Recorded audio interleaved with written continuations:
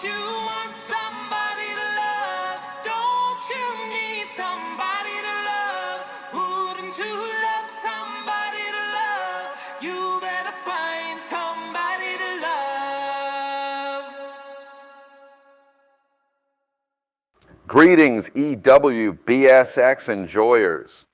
Stand back and stand by. We got...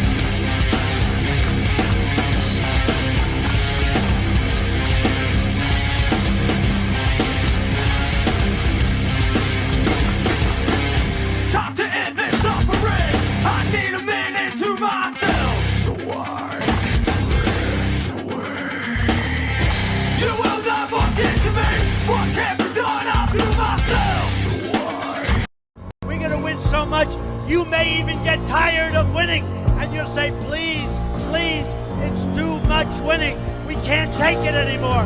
Mr. President, it's too much. And I'll say, no, it isn't. We have to keep winning. We have to win more. We're going to win more. Hottest fucking thing a guy can do is make a little noise. Okay, let out a little...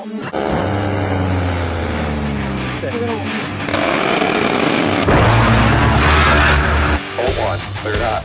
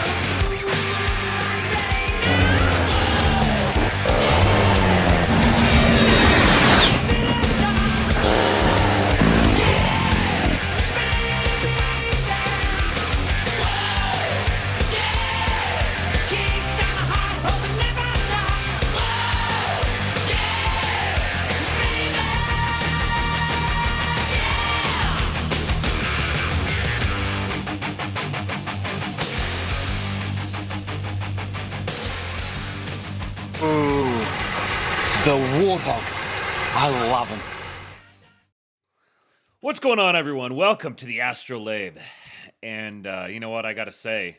The only reason that I am here today is because I feel an obligation to you guys. I was grouchy earlier, still am feeling grouchy. I'm angry at the timeline, and just did not.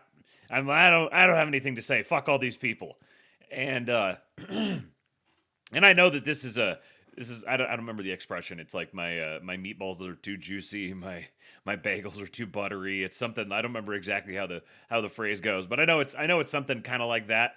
And I'm very blessed that I can I can just opt out of work when I want to. The problem is if I opt out of work when I want to, then I don't get paid. It cuts both ways. And I just couldn't quite bring myself to wimp out this time. So I am disciplined. I am digging in my heels. You know what? I'm not going to get myself negged out. I will be back here. I will show up. I will show up even when I don't want to. And I told you guys I was going to talk about the Peter Thiel Antichrist stuff. So I got a bunch of that.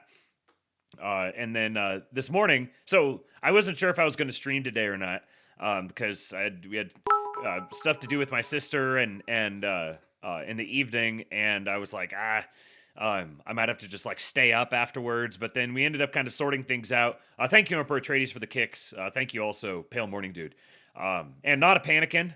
Just follow the channel. Long-time listener, appreciate you, and also Niles Pritchard, thank you for resubscribing over on Kick. So I this is a Mariners hat. It's a baseball cap on backwards. Actually, I just put it on this morning for some reason. I don't know why. It's been laying over there. Haven't worn a hat in forever. And now with my hair shorter, I actually can get a hat on more comfortably. And I've realized now, sitting here like this, the bill of the cap is just perfect for actually like resting my head back. Because before, if I was going to rest my head all the way back, I'd be like looking up at the ceiling. But now this actually works pretty well. But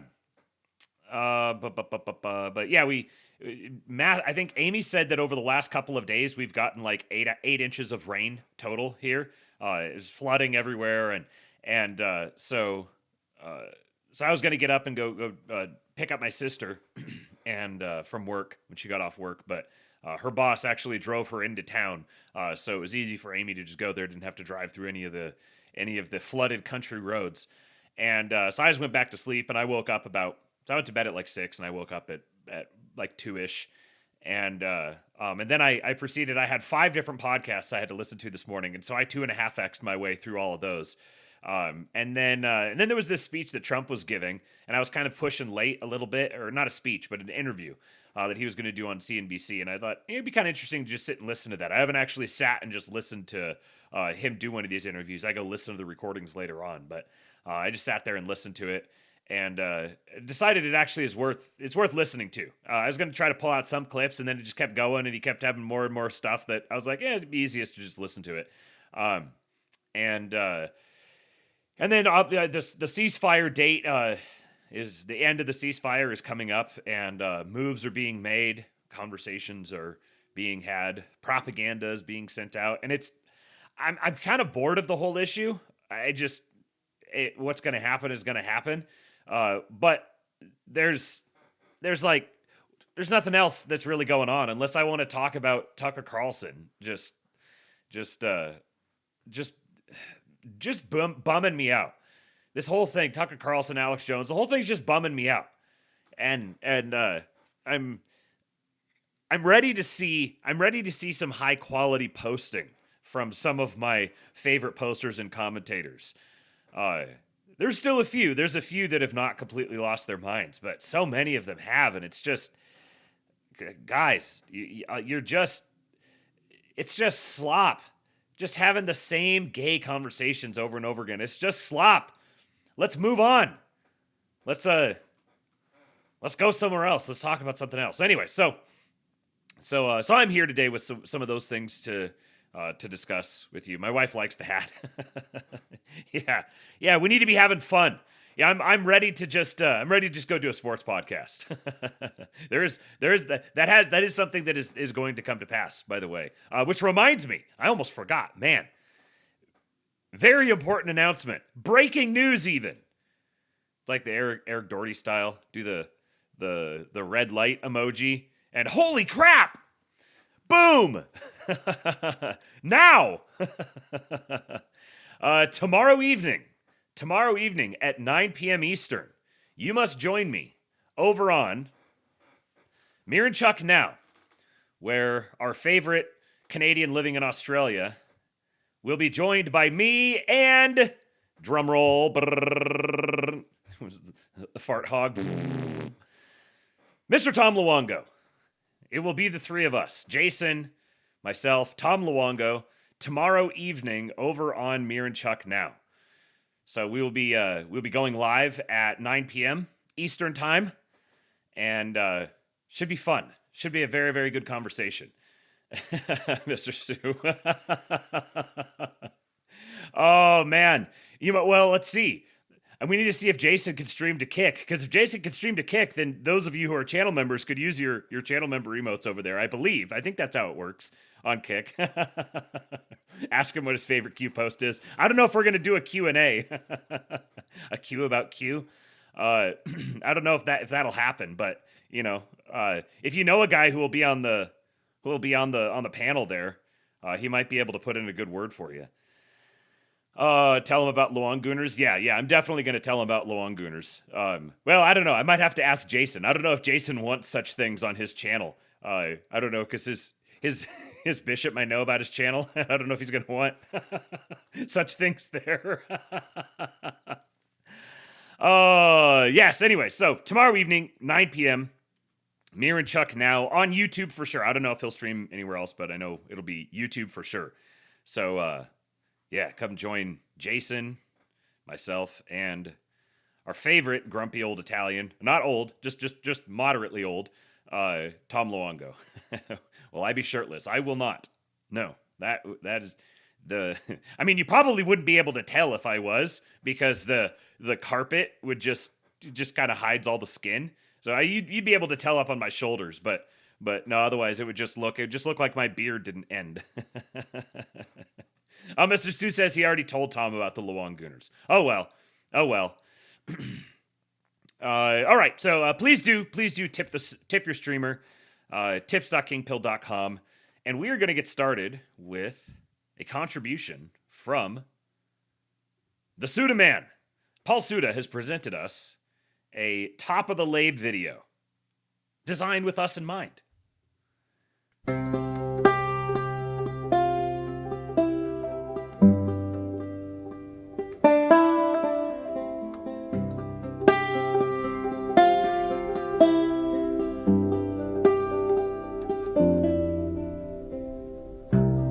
All the small things, true care. Oh. Truth brings, I'll take one lip. Oh, shit. You're right, best trip out west. I know you'll be at my show, watching, waiting, commiserating. Say it ain't so, I will not go. Turn the lights on, carry me home. Na, na, na, na, na, na.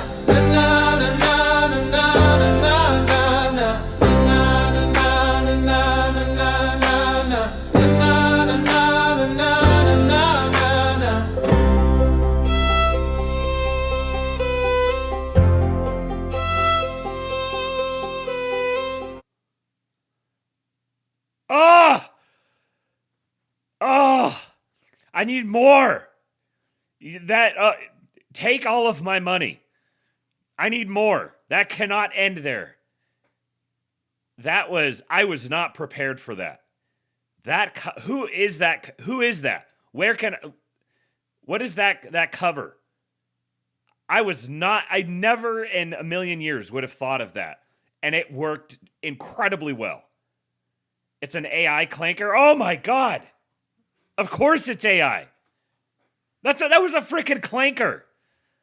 Holy crap. What a world we live in, man. Oh, I hope Amy saw that little Eastwood content there. We still need to. I need to remember to do that. I need to share with you guys the source of Eastwood's name. How it is. Yeah. I need to share that with you guys. I'm making a mental note right now to do that in the future. Next lab, I'm going to do that. Okay. The video was scenes of Clint Eastwood. You'll definitely want to go back and watch it, whether you do it now or later on. But you'll definitely want to go back and watch it. You know what? Screw it. I'm playing it again. I need that one more time.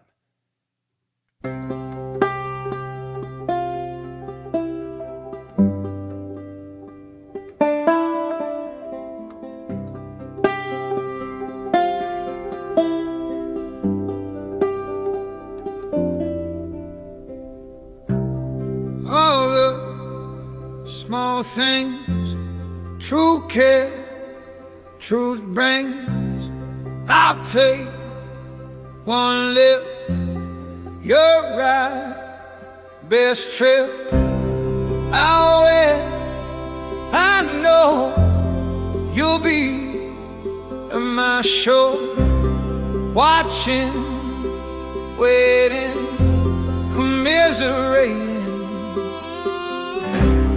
Say it ain't so, I will not go. Turn the lights on, carry me home. Na, na, na, na, na, na.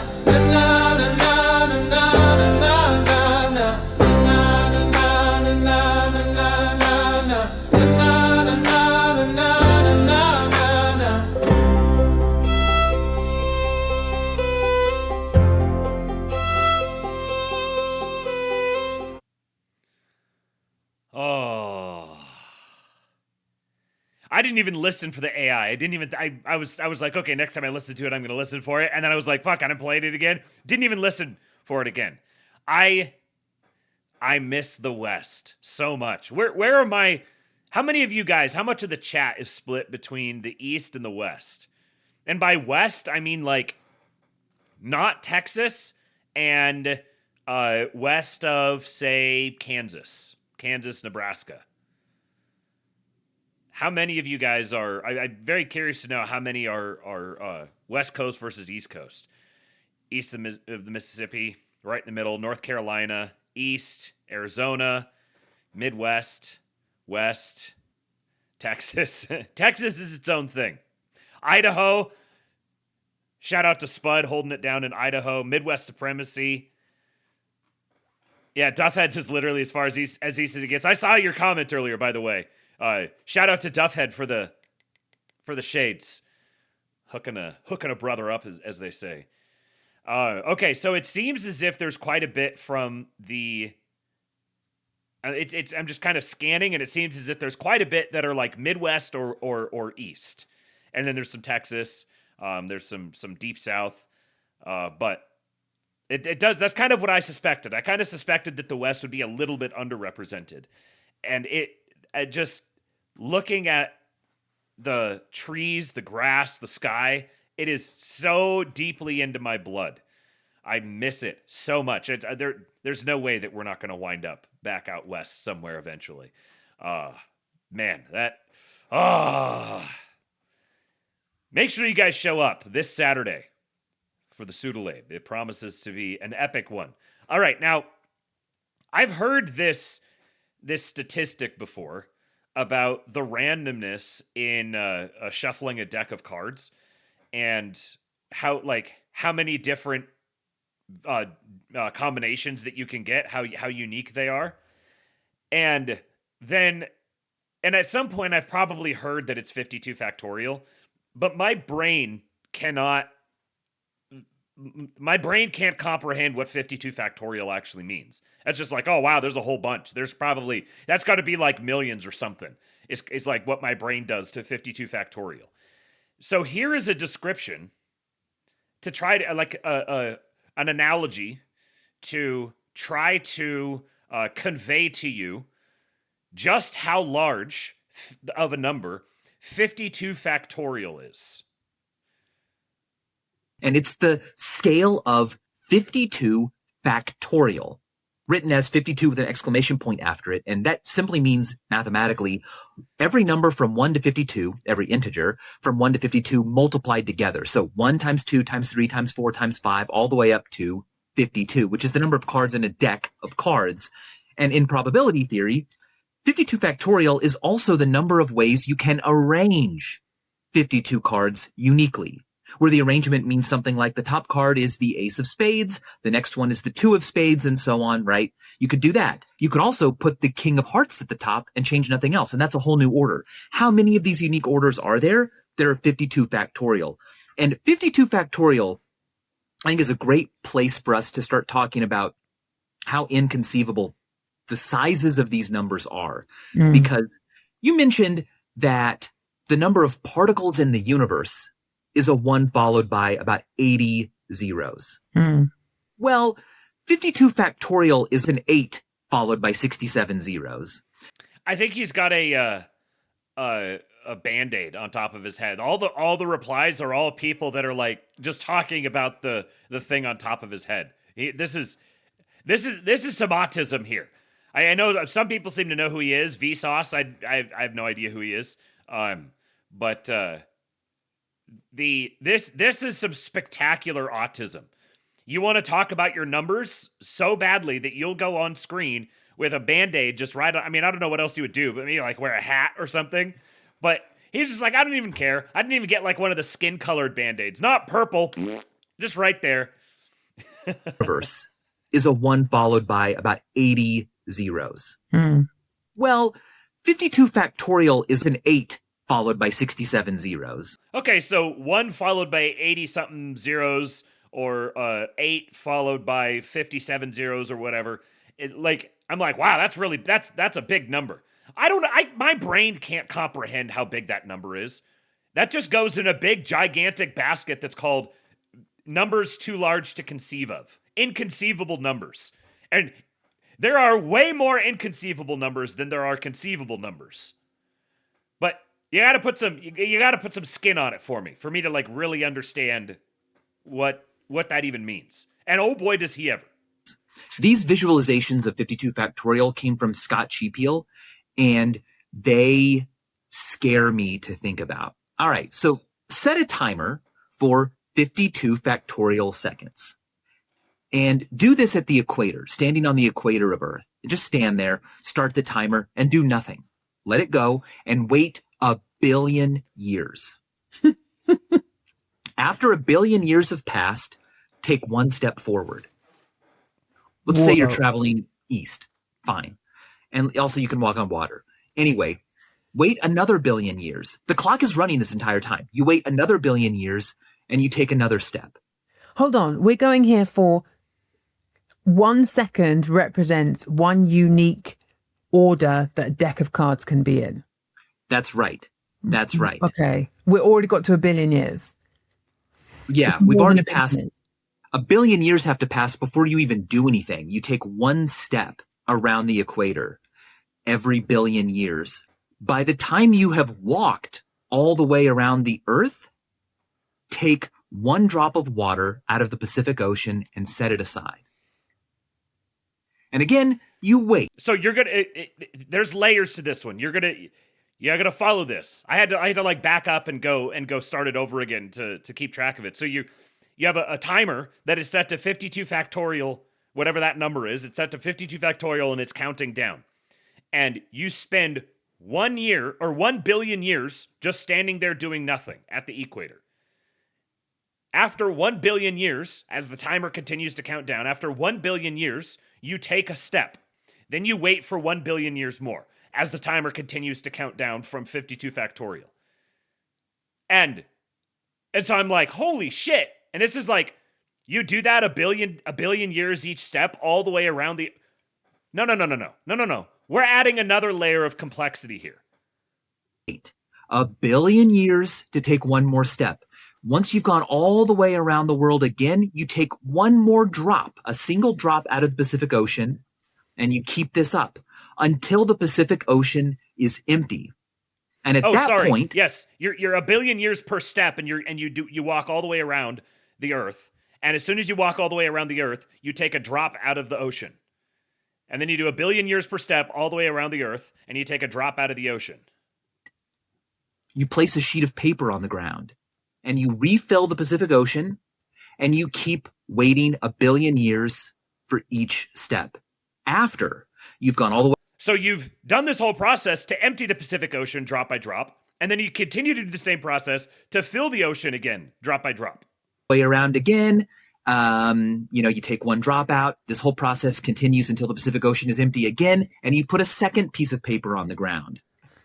So once you've done a complete cycle of emptying the ocean and then filling it again, after waiting 1 billion years for each step and taking one drop out each time you do 1 billion years worth of steps around the equator, once you've completed that full cycle, you put a piece of paper down. And then you do the whole complete cycle again and you put another piece of paper down. By the time the stack of paper reaches the sun, there will still be 8 times 10 to the 67 seconds left. What?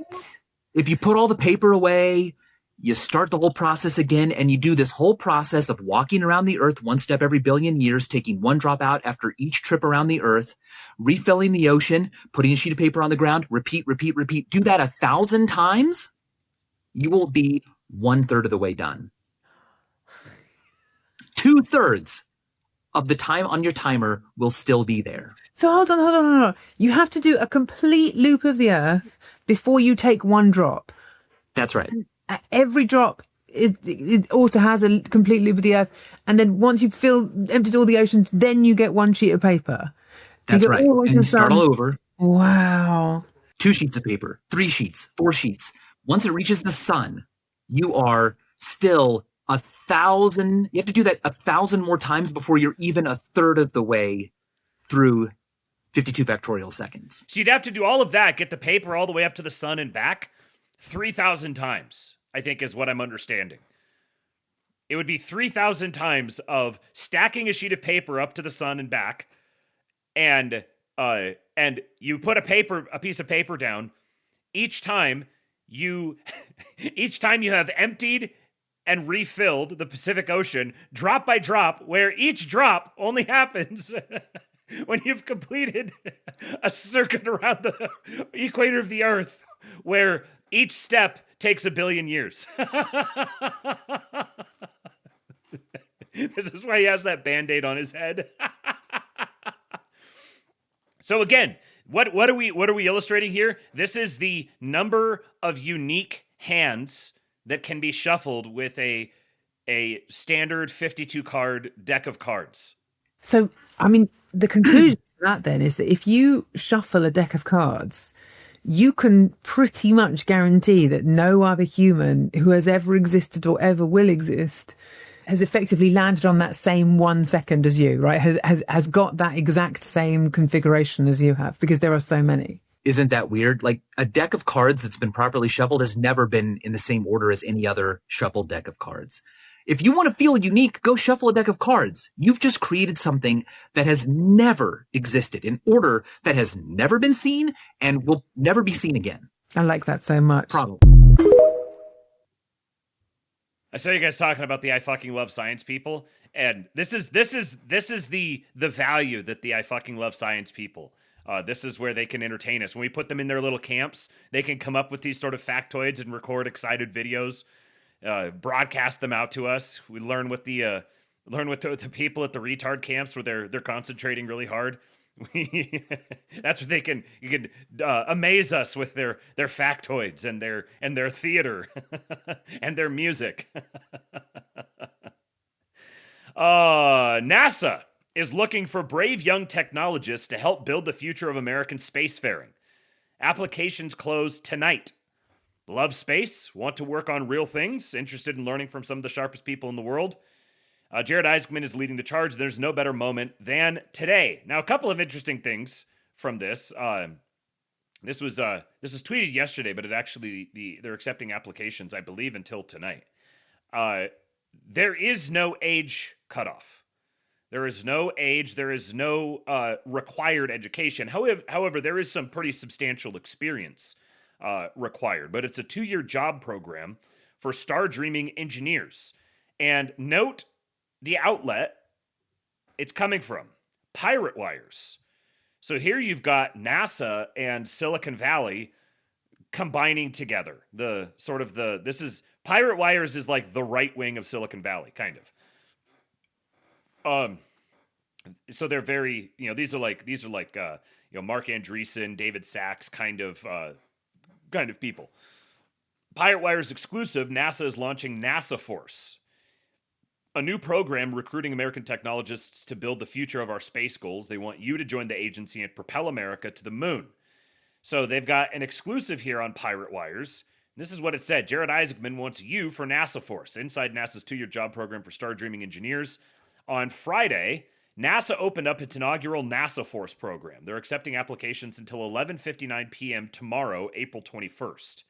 Participants will join NASA on temporary deployment starting at 2 years. There's no lower age limit. Cracked teens are encouraged to apply.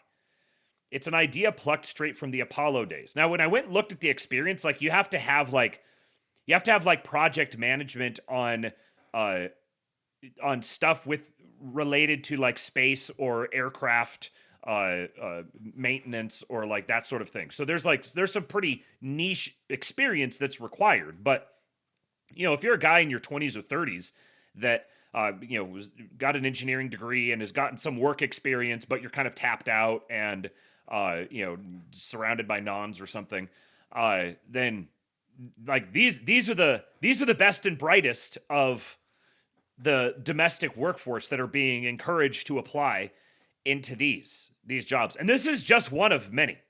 We've talked about they've had Doge, they've had I can't even think of them now on the spot, but there's been a whole bunch of these different the air traffic controller thing was a huge success so far. They've had all kinds of people who have applied. And here's the thing. Even if you're not necessarily qualified for this position, going and applying for it and giving them your data will probably put you into a job pool where you may get contacted for something else. There's these sorts of hiring programs being done all over the federal government right now, and particularly the ones that are closest to the Office of Personnel Management, because it's kind of like the Trump team can manage things the best that are the closest to them. And the further removed it gets from them organizationally, the less direct control they're going to be able to exert over it. But so a lot of these are coming basically direct out of OPM or directly from the office of the cabinet secretary. It's an idea plucked straight from the Apollo days. Back then, NASA recruited American star dreaming engineers to come and build a vehicle that would place the first man on the moon. Now, NASA Force first man on moon. On moon. I didn't catch that the first time reading through this. Is this going to be a thing now? Is it no longer on the moon? Is it now on moon? Moon is the location, in America? On moon?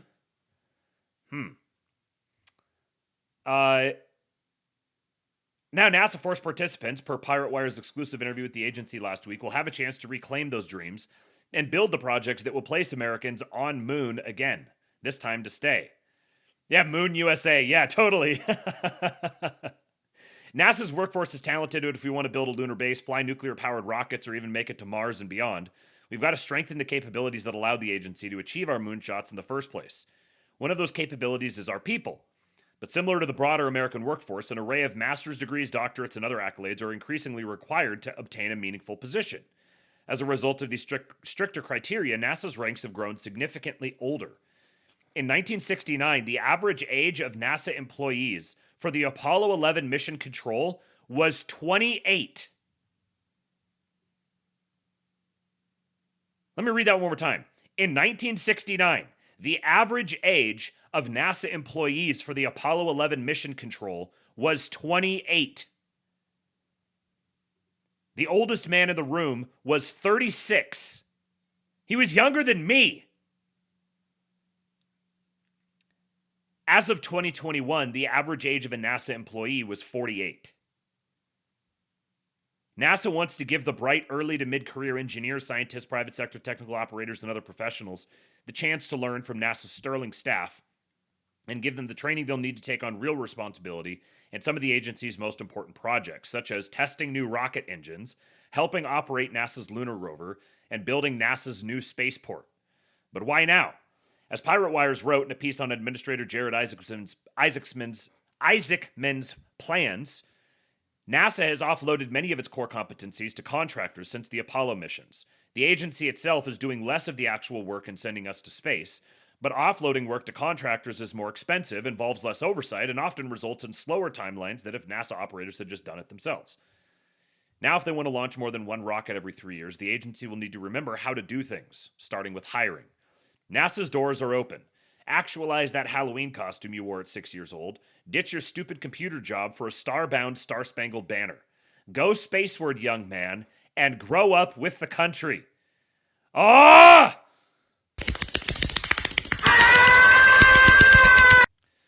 Get me all hyped up here. What's this? Is this a something happening with the domestic agenda? But no, it can't be possible. I was told that the Iran war is just is taking up everything, and there's no room left for the domestic agenda. They've just totally sidelined everything domestically, and they're just committed to like birthing the Antichrist in the Middle East. I am actively dying for Israel right now. Not paying any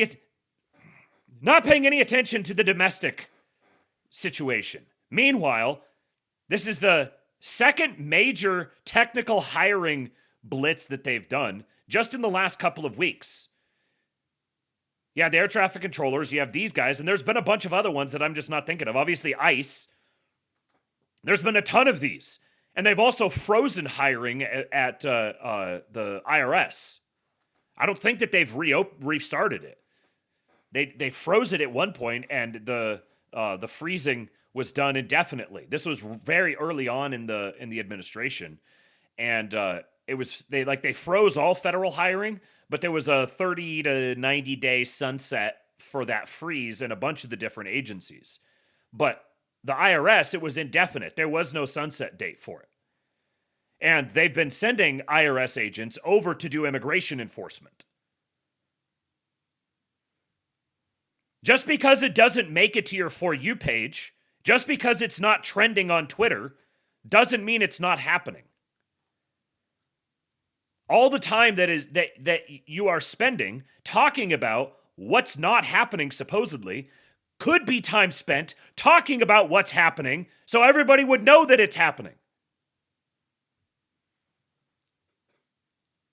And perhaps in certain cases, it's good that everybody doesn't know what's happening.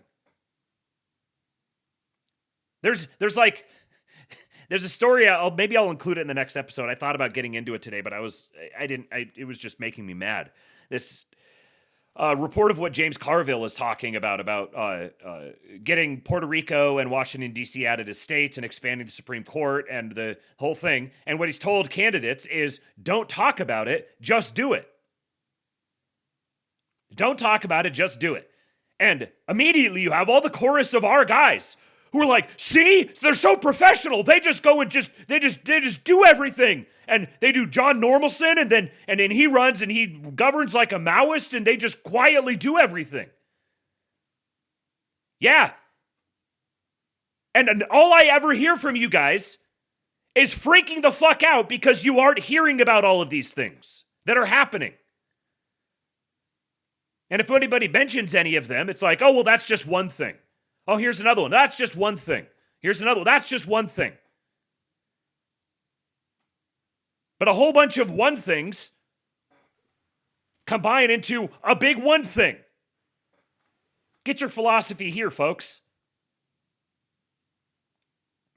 If it was in the news, the left would file a lawsuit against it. Yeah. And in many cases, the left has been filing lawsuits against these things, and they've been dutifully working them through the court system and winning over and over and over and over and over again.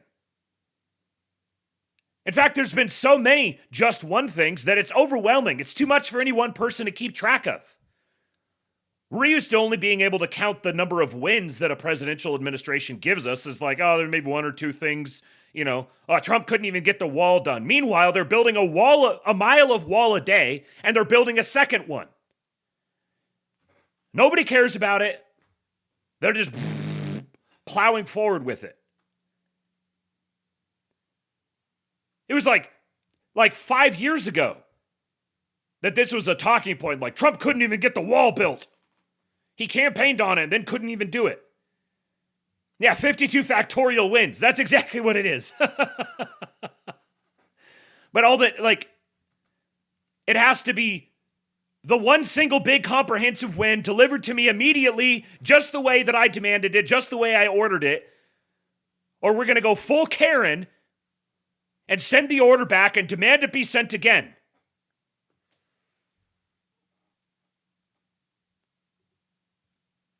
Absurd.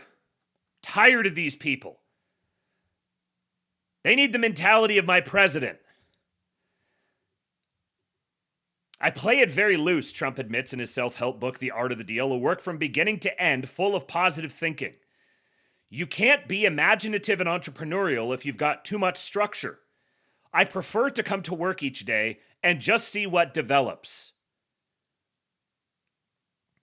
Of all the human beings that have ever been thrust into into public spectacle, that have ever spent so much time under the microscope, I don't think any of them have ever told us more clearly what they're thinking and what they're doing than Donald Trump, literally the most transparent human being alive. All you have to do is just listen to him and take him at his word. He has documented comprehensively across his life what his very simple, straightforward methodology is. And he's accomplished insane, otherworldly things just following this same simple methodology. Caller, I'd like to know how you handle your stress. Trump, I try and tell myself it doesn't matter. Nothing matters. If you tell yourself it doesn't matter, like you do shows, you do this, you do that, and then you have earthquakes in India where 400,000 people get killed. Honestly, it doesn't matter. Nobody can retard max like my president. And literally the one single political vulnerability that he has right now is the people who think casting a vote for them obligated them a say-so on every single thing he does. And if they aren't being constantly pandered to and petted and reassured, if they aren't getting that on a regular daily basis, they completely tune out and start calling him the Antichrist.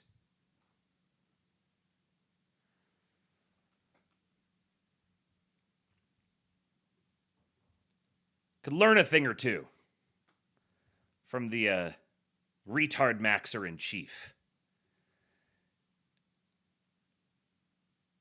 I'm going to play this for you, well, I guess it kind of gives it away a little bit in the title here, but turning Donald Trump's unhinged Iran war rants into an emo song.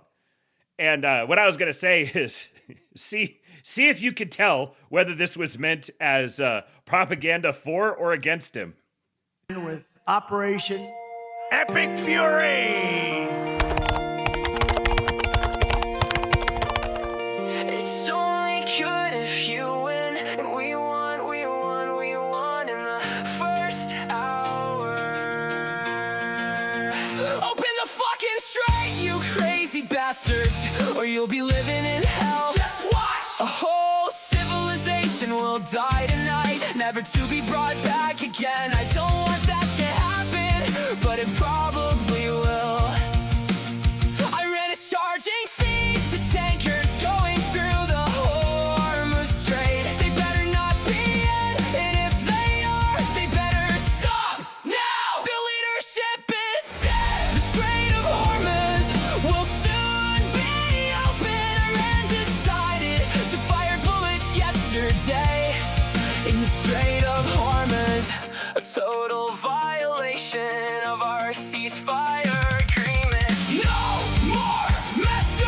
Nice Guy! They'll come down fast, they'll come down easy, and if they don't take the deal, it will be my honor to do what has to be done. We're fighting wars we can't take care of daycare. Anyone sick of winning yet? Not me!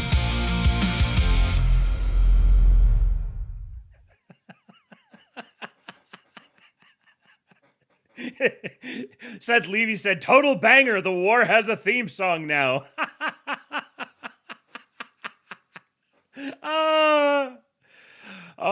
See, once again, concentration camps for theater kids. They may be complete deranged shitlibs. All you have to do is just disenfranchise them and lure them into a place where they never have to work. Call it a commune. This is their communist utopia. Just call it a commune. And the rest of us will all know that it's a concentration camp, but they'll have everything provided for them. And that's right. They can just go there and just focus. If you're struggling with ADHD, here's a place where you can focus. We'll call it focus camp. And occasionally we'll come and we'll ask for your opinion on things. We'll call it focus groups. You'll feel really special when people come and ask for your opinion. You get to weigh in. You get to give them your thoughts. And then they just spend all day just making stuff like this for us. Mr. Sue said the music made him horny. I don't know if this audio will necessarily make you horny, but I think you'll probably like it. This was an oil tanker pleading with Iranian forces to stop shooting at it in the Strait of Hormuz a few days ago. Sepa Navy, this is Motorangastan Marhedal. You gave me clearance to go. My name second on your list. You gave me clearance to go. You are fighting now. Let me turn back. Sepa. This is real. As far as I could make out, this is 100% real. This is not just a product of the internet. I mean, now maybe it may just be a product of the internet, but it's still real, if you know what I mean. Sepa Navy. This is Motorangastan Marhedal. You gave me clearance to go. My name second on your list. You gave me clearance to go. You are fighting now. Let me turn back. You bastard bloody. Thank you, come again. Meanwhile, U.S. forces, this is from Department of War Rapid Response, U.S. forces operating in the Arabian Sea enforced naval blockade measures against an Iranian-flagged cargo vessel attempting to sail toward an Iranian port on April 19th. Guided missile destroyer USS Spruance? I don't know. Intercepted, the ship is called Tuska, Touska, Tuska, as it transited the North Arabian Sea at 17 knots en route to Bandar Abbas, Iran. American forces issued multiple warnings and informed the Iranian-flagged vessel it was in violation of the U.S. blockade. After Tuska's crew failed to comply with repeated warnings over a 6-hour period, Spruance directed the vessel to evacuate its engine room. Spruance disabled Tuska's propulsion by firing several rounds from the destroyer's 5-inch Mark 45 gun into Tuska's engine room. U.S. Marines from the 31st Marine Expeditionary Unit later boarded the non-compliant vessel, which remains in U.S. custody. We are firing 5-inch rounds through vessels' engine blocks and boarding them. Think about how much fucking fun these Marines are having right now. American forces acted in a deliberate, professional, and proportional manner to ensure compliance. Since the blockade's commencement, U.S. forces have directed 25 commercial vessels to turn around or return to an Iranian port. And we've got video of it.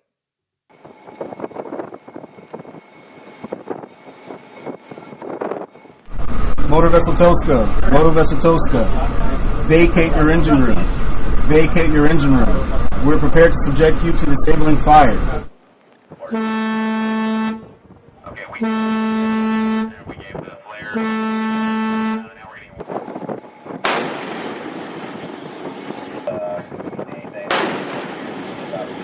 Be ready.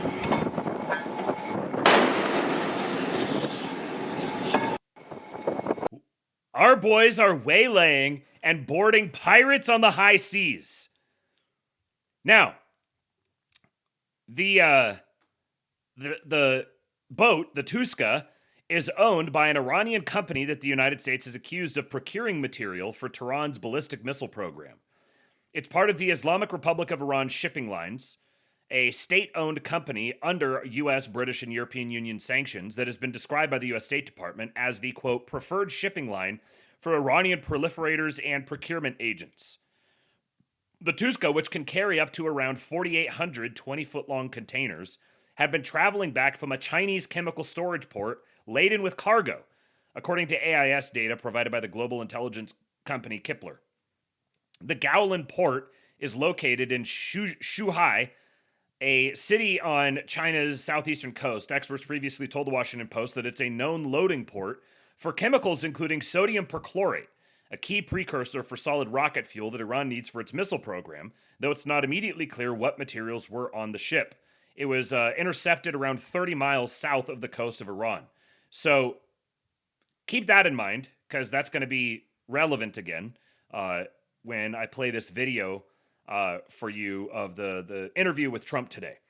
He references this. Tanvi Ratna here says America's going into this negotiation with some real smoking guns. Last I saw, it looks like the negotiation, it was not going to happen, and then it was going to happen, and then just as I was during the pre-show, it said that JD Vance has not left, has not flown out for the negotiations there. Now, I've said before that my operating, like, the frame that I am referencing with respect to the Iranian war is that there are factions within Iran that are in relatively straightforward negotiations with the Trump administration, but they are constrained in what they can do and what they can promise and what they can deliver on by other elements within Iran, and that there is effectively a power struggle where the United States has thrown their support behind one faction.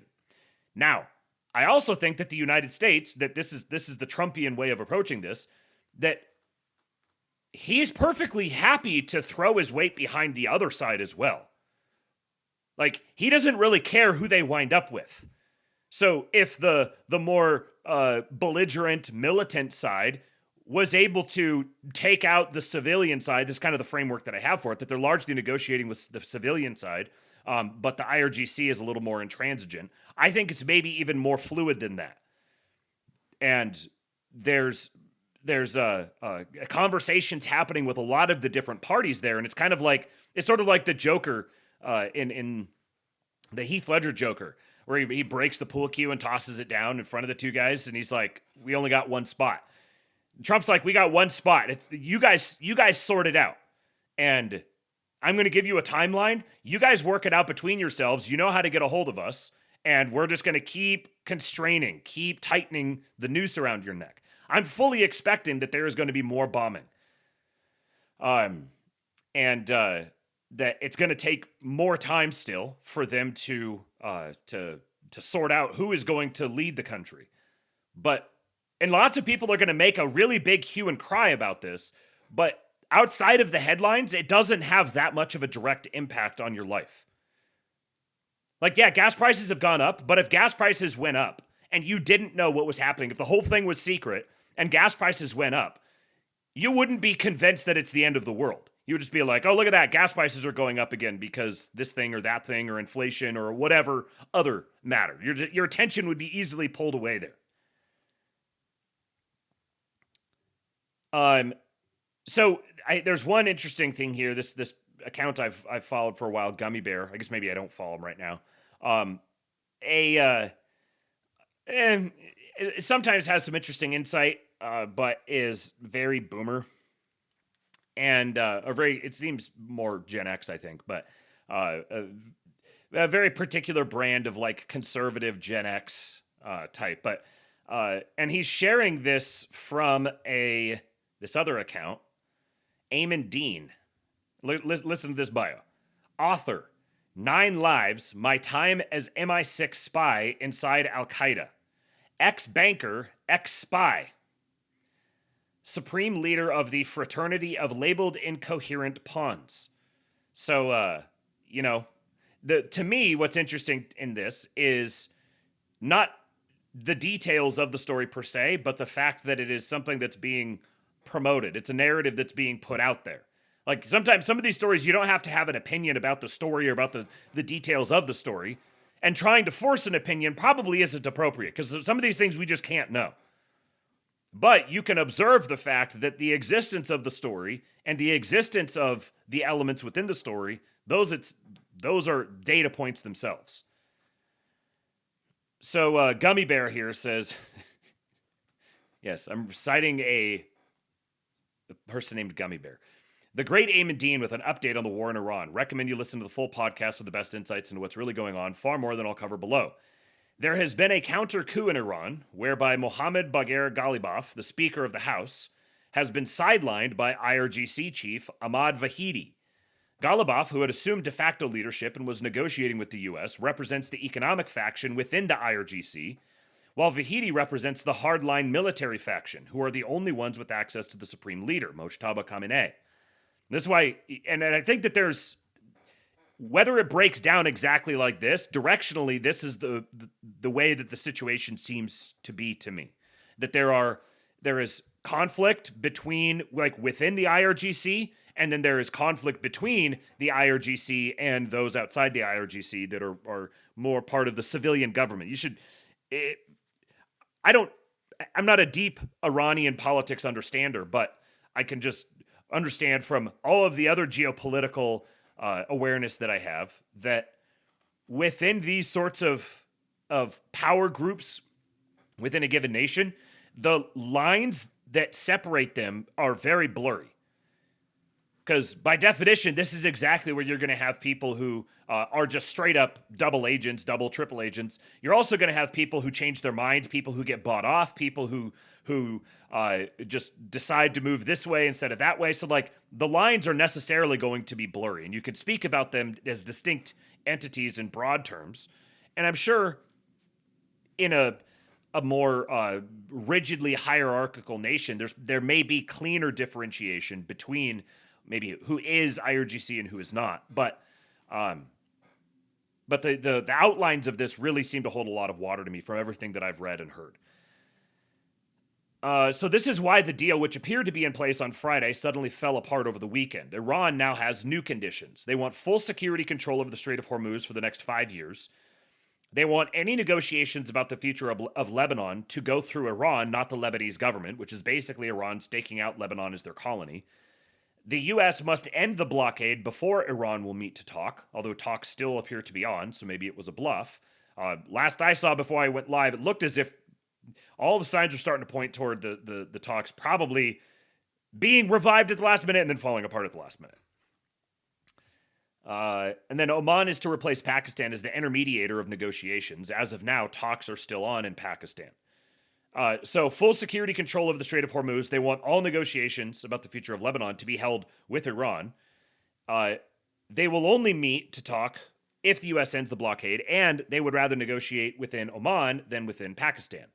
Oman is a little more directly pertinent to the Strait of Hormuz, but I wouldn't be surprised if this sort of thing, negotiations about the future of Lebanon must go through Iran, that's just kind of understanding how Trump tends to think. I wouldn't be surprised if they were willing to, they're basically like, you're going to be normalized into the international order, but so as part of that, like your client state is no longer going to be this like, no, we're independent. No, they're going to be like, obviously your colony. But that's for you to sort out with them. This would be the way that Trump tends to approach these kinds of things. Needless to say, these are all obstructionist positions that would basically mean capitulation by the U.S., so it is unlikely that a deal will be reached anytime soon. Also, neither Israel nor the GCC would tolerate the respective provisions about Lebanon and the Strait. What does this all mean? As I've said in the past, it's possible that the IRGC take over and decide to burn the whole thing down rather than negotiate, and that's where we appear to be heading. So I guess we're going to find out how serious Trump was about those power plants and bridges. It also means that a deal is less likely and more regime turnover is possible. Talks still appear to be on in Islamabad, but who knows what happens. There are conflicting reports by the hour, but there's probably going to be a polymarket bet on Vahidi's life expectancy. So this guy here on the left, the sort of Sean Connery looking fella, is that's Ghalibaf, the Speaker of Parliament, Speaker of the House, yeah. And then this is Vahidi, this hardliner IRGC guy. So that's one report. There's a number of other things here. So this one from Jason Brodsky, who is policy director at United Against Nuclear Iran. which is joined account is based in the United Kingdom, connected via United States App Store. So Jason Brodsky, he's the policy director there, he says, a source with knowledge said the Iranians were stalling amid apparent pressure from the Revolutionary Guards and the negotiators to hold a firmer line. No talks without an end to the U.S. blockade. The Iranian team waited for a green light from the supreme leader. It came on Monday night, according to the source. So this source says that the supreme leader gave the green light. This source over here said that the IRGC chief is the only one who has access to the supreme leader, and he's the one who is obstructing. So both of these are pretty obviously, I mean, they're like sources directly from London, and they are, like, metonomically speaking, directly from London, and there's sort of a little bit of conflict in here. Now, perhaps both of them are true, and this just represents the state of things at different points in time. Maybe this was an old state of things, and this is the new one. So before, you had Vahidi had sidelined Khamenei, or had sidelined Ghalibaf, and was speaking for the supreme leader. And then the supreme leader kicked him on his ass and said, no, we're actually, there's like a whole bunch of different ways that you could break this down. But at that point, Vance was scheduled to travel to Pakistan. Now, anybody who's following the timeline right now, you might be able to let me know if there's an update on that. Looks like we had a tip that came in. I did have it muted.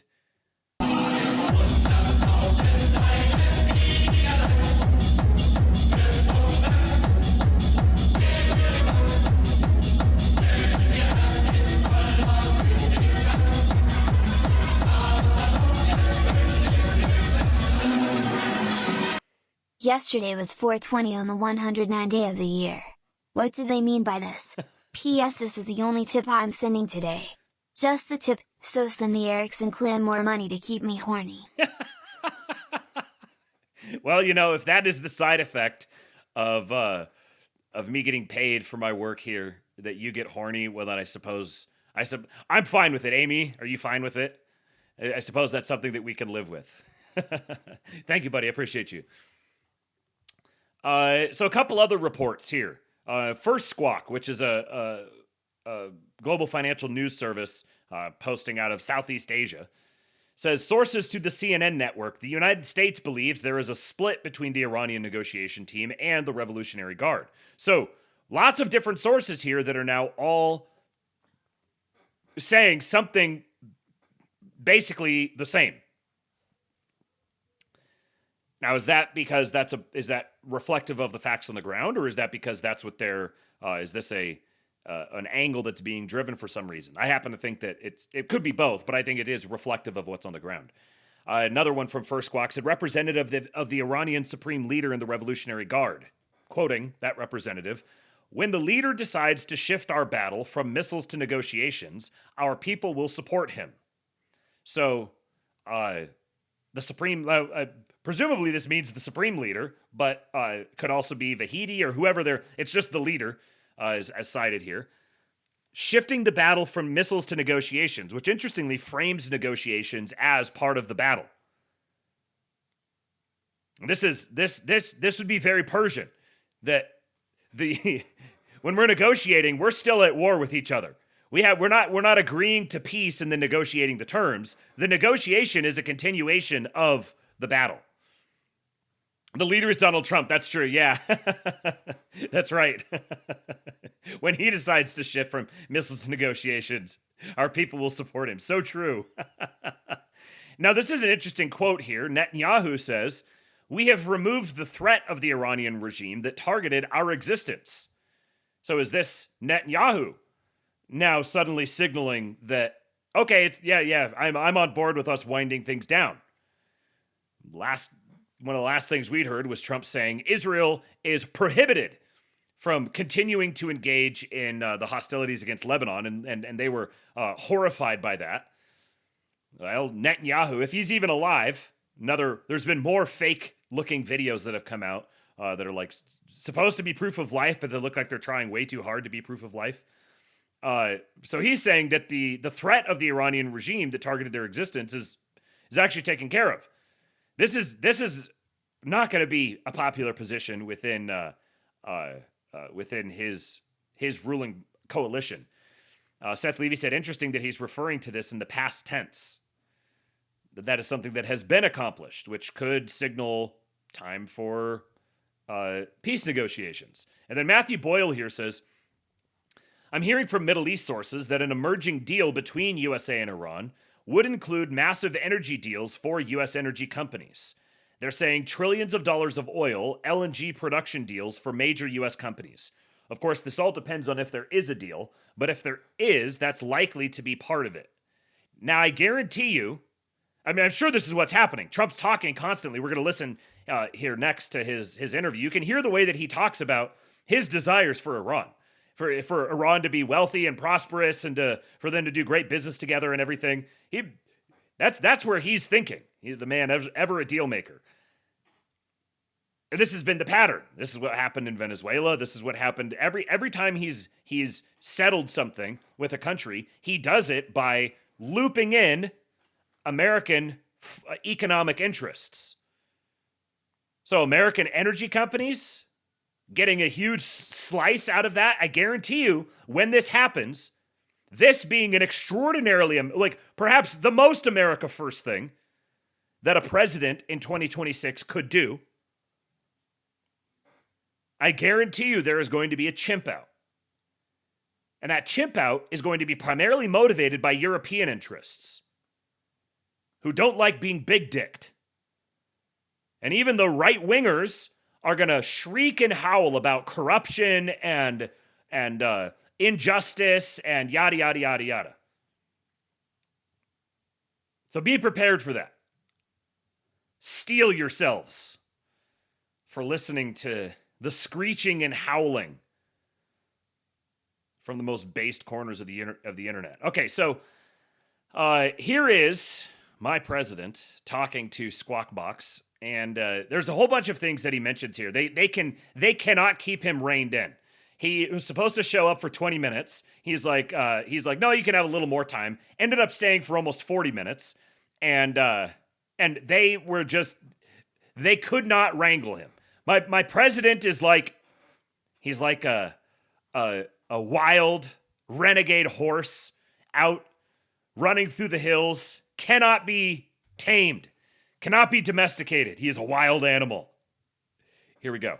Join us now on the Squawk Newsline, President Donald J. Trump. President Trump, welcome. Thanks for joining us this morning. Well, thank you very much, Joe. You are very welcome. Can you give us, I think it's on everyone's mind, the latest on where the Iran negotiations stand? We now know Tehran has publicly confirmed that it will send representatives to the meeting with Vice President Vance. What do you expect? What are you hearing at this point, sir? Well, as I said 2 days ago when they said they won't send them, I said they'll be sending them. They have no choice but to send them. What I think is that we're going to end up with a great deal. I think they have no choice. We've taken out their Navy. We've taken out their Air Force. We've taken out their leaders, frankly, which does complicate things in one. Okay, 7%er sent $50 via Venmo, says rent money from grandma. We have a grandma 7%er. One of our mega grandmas is a 7%er. Thank you, ma'am. I don't have a... let's see. Let me give you one of these. How about... White males way up. White males have gone through the roof. White males way up. Our religion is based. Waiter, more fascism, please. There we go. $50. I will get it added to the goal. Thank you. 7%er. Whoops.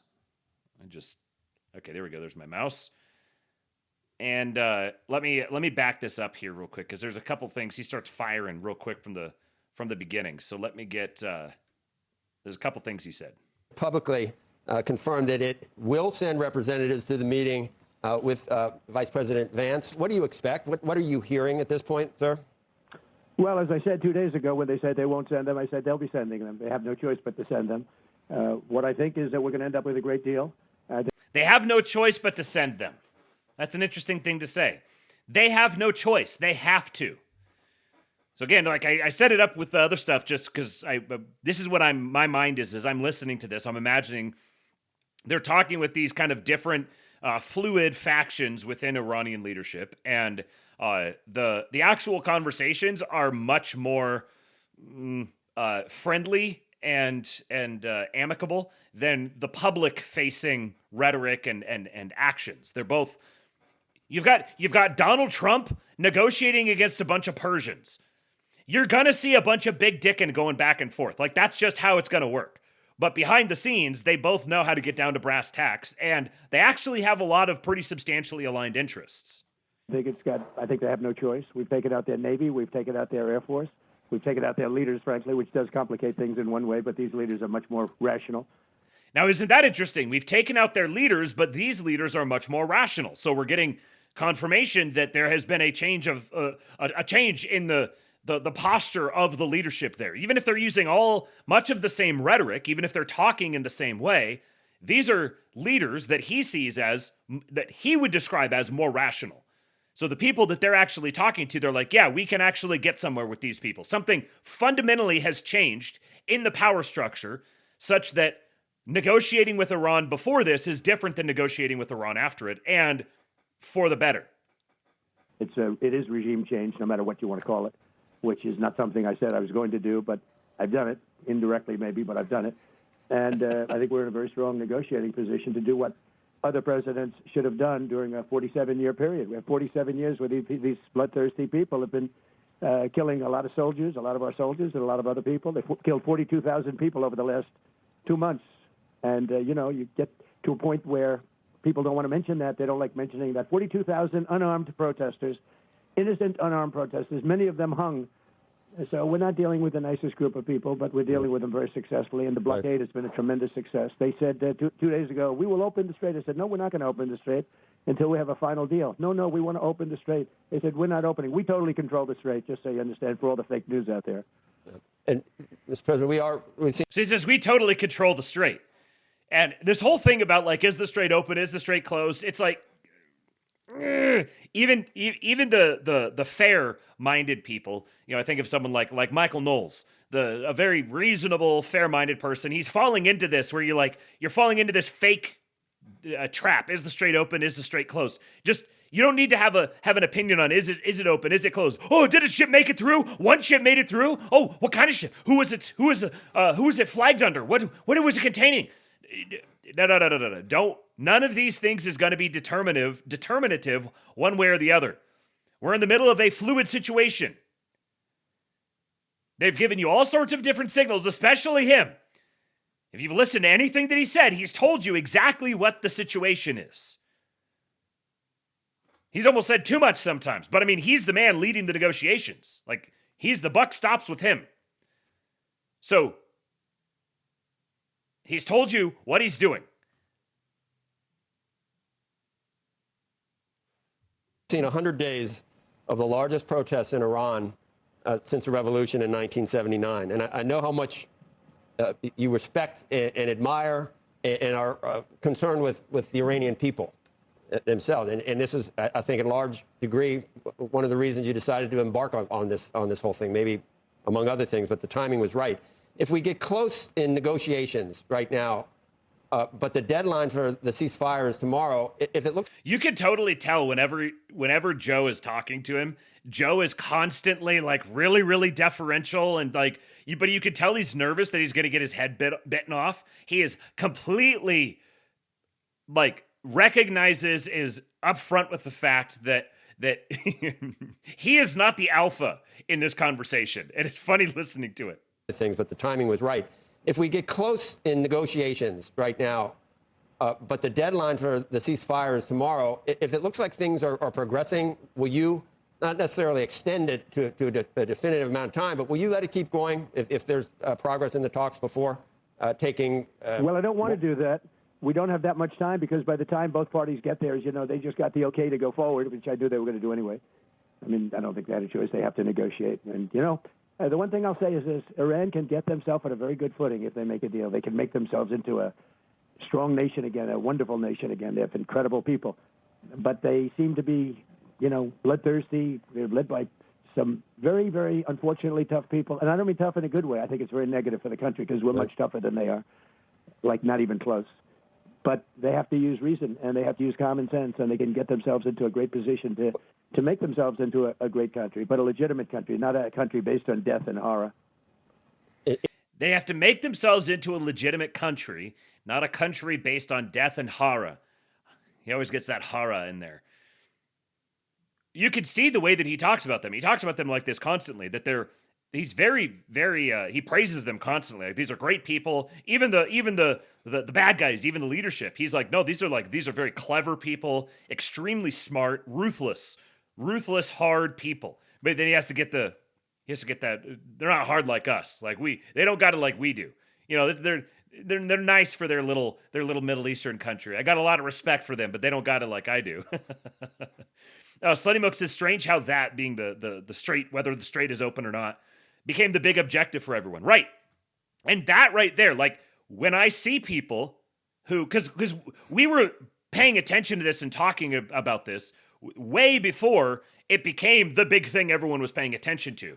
You know, if you've been in the I guess the wider Luongo universe, then you've been aware of what's going on for quite a while. And as soon as this all kicked off, you recognized immediately what's going on.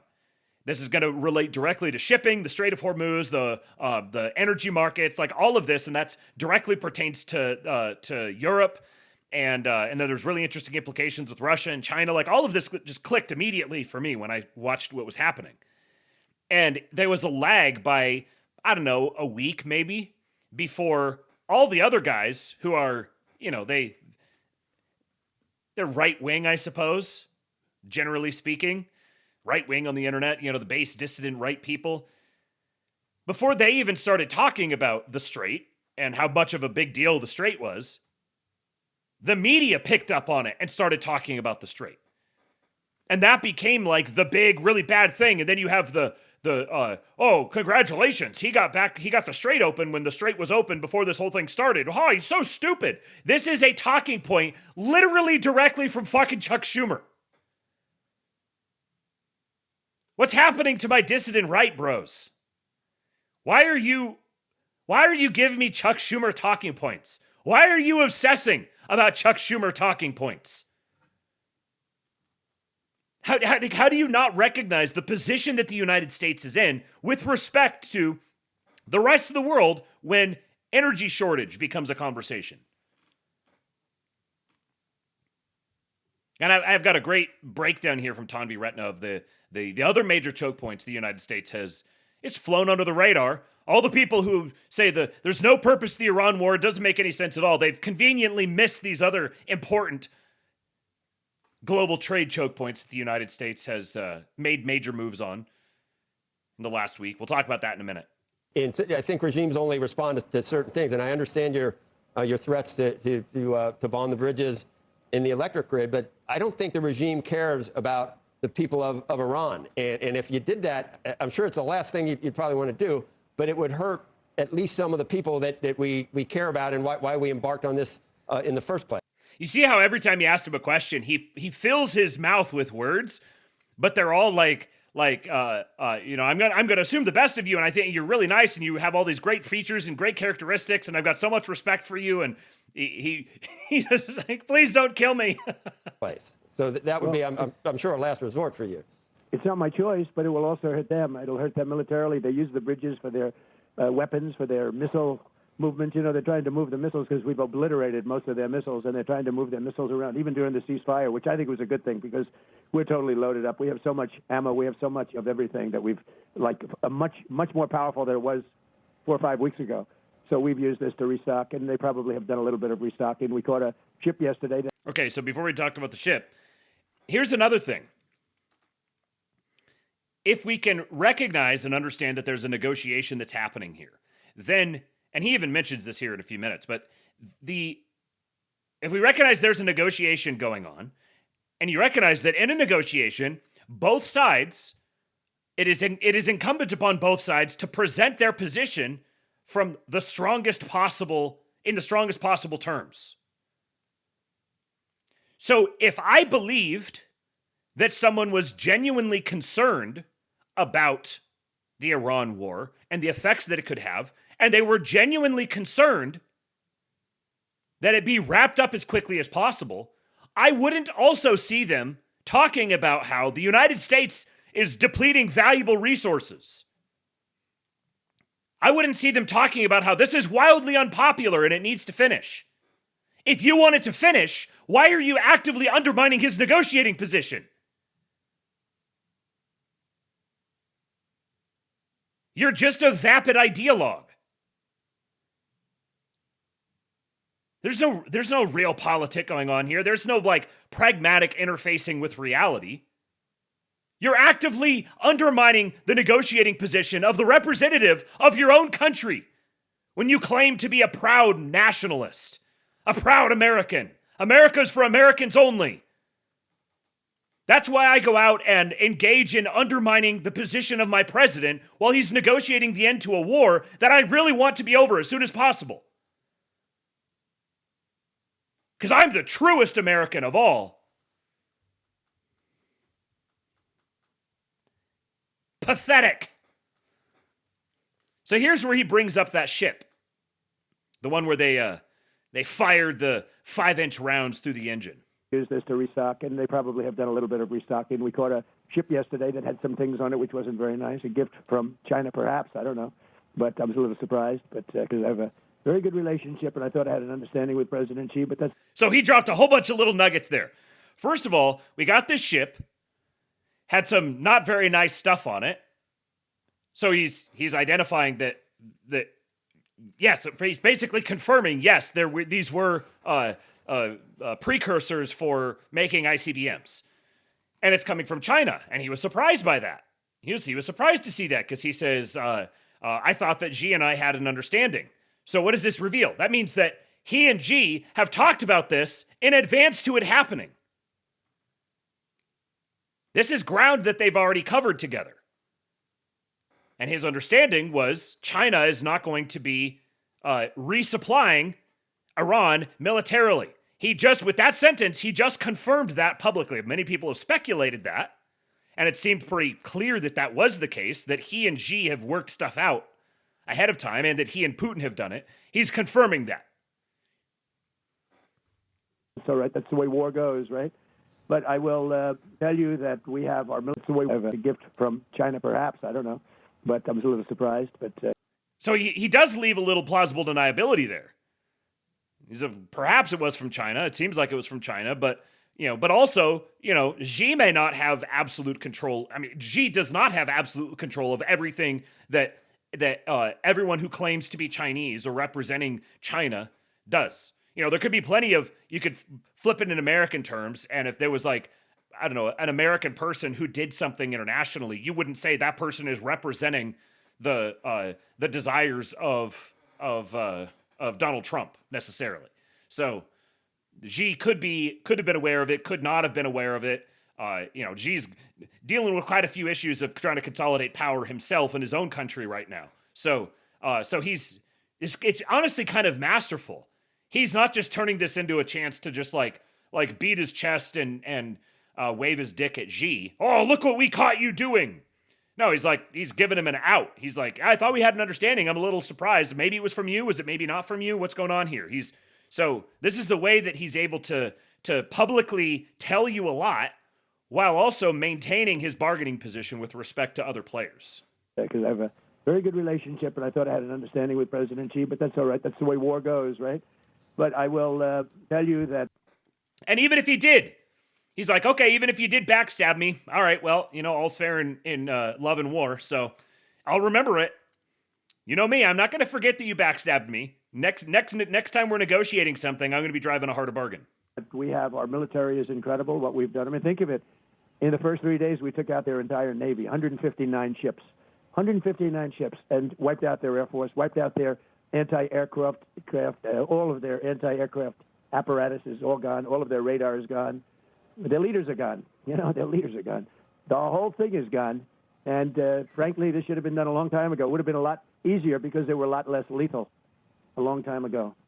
So to be clear, you're saying that you need at least the prospects for a signed deal today and tomorrow, or else you would resume bombing Iran. Well, I expect to be bombing because I think that's a better attitude to go in with. But we're ready to go. I mean, the military is. I expect to be bombing because that's a better attitude to go in with. I'm assuming the worst. I'm expecting the worst. I don't want to bomb them again, but if we have to, we're ready to. It's raring to go. They are absolutely incredible. You know, I built the military in my first term. I'm using it now. The military, when I took it over from Barack Hussein Obama, it was so depleted, so sad. And I built it in my first term. You remember those big numbers. You talked to me about it once. That's a lot of money for the military. I built it. We did a great job with our military, and we're using it now and rebuilding it, too. We've done a lot of rebuilding also in my first year of the second term. But we have we have the most powerful military in the world. Everybody knows it. Since we're kind of tight on time, can we just talk about what something else happening today, and that is your pick for Fed Chair Kevin Warsh on Capitol Hill. We've had a couple of guests today say the best thing that we need now is for Jay Powell to leave in May, like he's supposed to, and to have Kevin Warsh in as so just Fed note Chair for that. We're 6.5 minutes in, and Joe is like, all right, now I know you're pressed for time, so let's change the subject and go talk about something else. They're going to come back and talk about Iran again. Don't worry. Next June meeting, but we still have this Justice Department probe hanging over. And I've seen things that you said in recent interviews, Mr. President. I just want to ask you again, if it would be possible for the Banking Committee to completely investigate all of your concerns about the cost overruns and the testimony of Jay Powell in front of Congress, if you could take that off-ramp to get this moving, and Jay Powell leaves, Kevin Warsh goes in, is that something you'd consider dropping for the DOJ probe to let the Banking Committee handle it? From the standpoint, Joe, from the standpoint that we have to find out why a small building costs close to $4 billion. It's not finished, by the way. They have a long way to go. They ripped down the most beautiful. Here's where he goes full like builder autist. You can tell he's hearkening back to his past life and just starts going full builder autist. Close to $4 billion. It's not finished, by the way. They have a long way to go. They ripped down the most beautiful ceilings. They'll never build them again. The most beautiful, thick, 1.5 thick walls of solid masonry. They're never going to be built again. They put up 6-inch sheetrock walls, and they say, so we have no insulation. It's not in the budget. I mean, these walls, they had the best. That building was so beautiful. I would have fixed that building. I would have had it brand new, beautiful for $25 million, and they're going to spend close to $4 billion, maybe more than that. I don't know. It's not finished. In fact, I looked at it the other day. I'm afraid Kevin will have to have an office next to me in the White House because that building's not going to be done. He's not going to be able to use that building for a long time. And, you know, he had a complaint. He said, I didn't realize this. He said the saddest thing is they ripped down the best building. He said there was a building that had beautiful boardrooms that he used many times when he was there, that beautiful boardrooms and meeting rooms. It was so beautiful, the nicest in Washington. And he said they ripped it down. And maybe they did that to save money, like the Gavin Newsom, the railroad, where they made it shorter in order to save money, but it's still 25 times over budget. You can hear the pain in his voice when he talks about like the walls and the ceiling and all the great. The man is passionate about his real estate. He's passionate about his construction, his architecture, the craftsmanship. He's passionate about it, and it pains him. The money is one thing, but to go and destroy that great structure, it just is agonizing to my poor president. But the worst I've ever heard is the railroad in California, and I think this might be worse. Think of it. I would have fixed that building. Beautiful. Quickly. $25 million would have been like a brand new building. All the ceilings would have been left. All those beautiful thick walls with gorgeous moldings would have been left. You're going to get a sheetrock ceiling, a sheetrock wall without insulation. They said, sir, insulation's not in the budget. Insulation costs you $100 a room. The whole thing is crazy. And they're at $4. I think it's going to cost more than $4 billion when it's finished. But it would, but Joe, somehow we have to find out how this can happen. It's not the first time. How does this happen? Did the contractor make $3.5 billion? Right. If the Banking Committee could take it over. I can't imagine that Too Late is taking money. I can't imagine that Too Late is taking money. So he's insinuating here that Jerome Powell or someone was getting paid off to make this happen. This was some money laundering deal. But the way that he makes that accusation is by saying, no, it's not possible. There's no way that they were possibly, someone was getting paid under the table and that they were laundering money through the building of this Fed building. But when you're talking 25 million versus 4 billion, and I guarantee you, you hear him. He's like, insulation's $100 a room. The man was at the top of the Trump organization, and he's still dialed in. This is his passion. I guarantee you that he can walk down a city and just look at a building and he can eyeball And that 25 million, I'll bet you it'd be really, really close to the actual cost. He could just eyeball this stuff. If you've been around the guys who've made building their entire life, obviously he's in a whole nother level than anybody I've ever interacted with. But when you talk to those kinds of guys, this sort of stuff fills their mind constantly.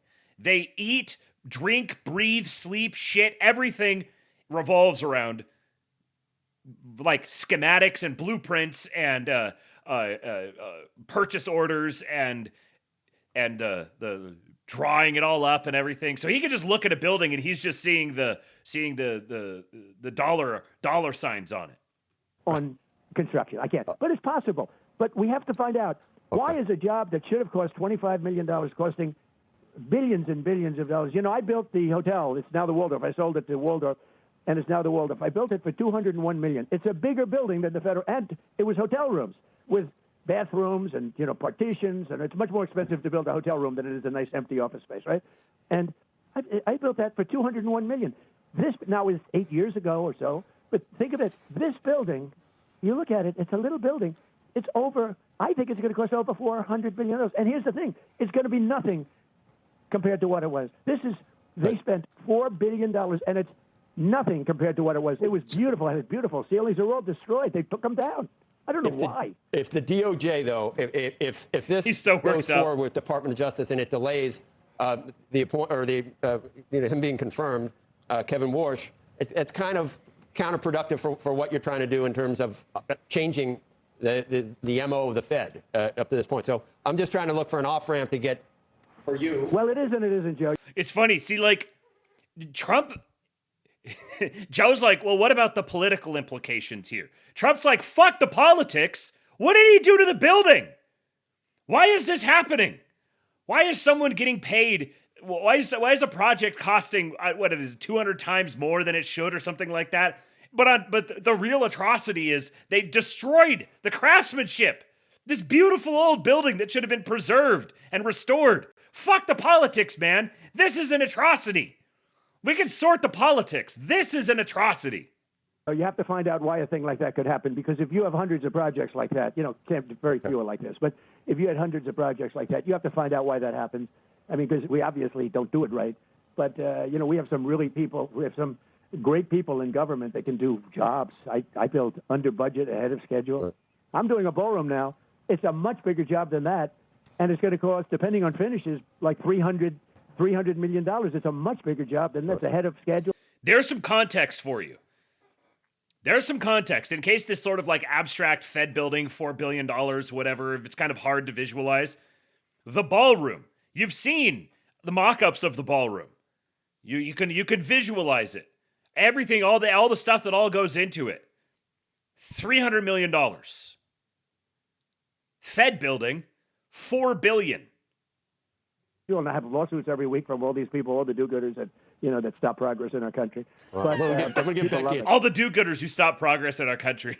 Chance, Mr. President, to get you to... And you can have some extra time. I know my people said 20 minutes, but you can have some extra time. That's you good. can even put Andrew on the phone. You know, you told me Andrew would not be there. And I said, I don't care. That was last week. That was last week. You can even put Andrew on. Thank you, Mr. President. Joe made a comment to me. When he tried to get me on, he said, I promise I'll have Andrew Ross-Hawkins. He will not be there. He is there. And you can put him on. It's okay. I didn't say I'd have him. I said he's not in last week, but then you can't because you were on the West Coast. Thank you, Mr. President. Well, I'll chime in a minute. And that's He's why going to be so... But I don't mind if he's there. I like him. I respect him. He's just wrong on a lot of issues.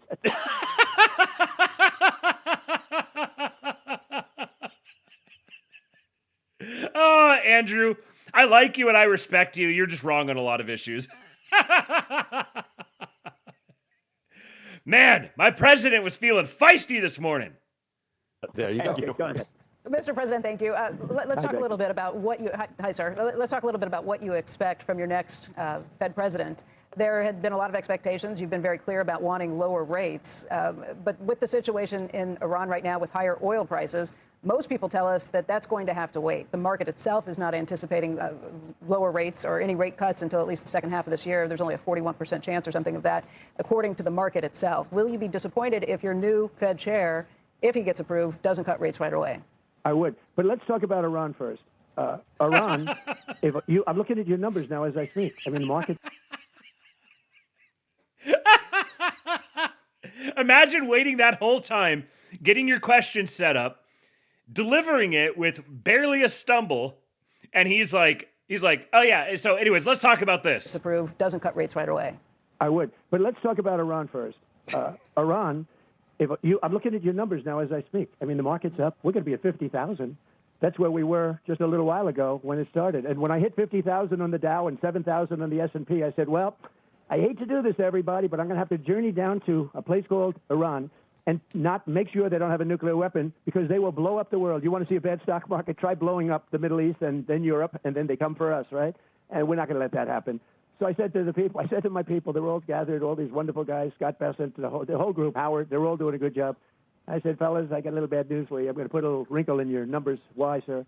We're going down to a place called Iran, and we're going to make sure that they never have a nuclear weapon because they'll use it to blow up, because they're religious fanatics, and they will use that weapon to blow up the world, but they'll start with Israel in the Middle East, and we're not going to let that happen.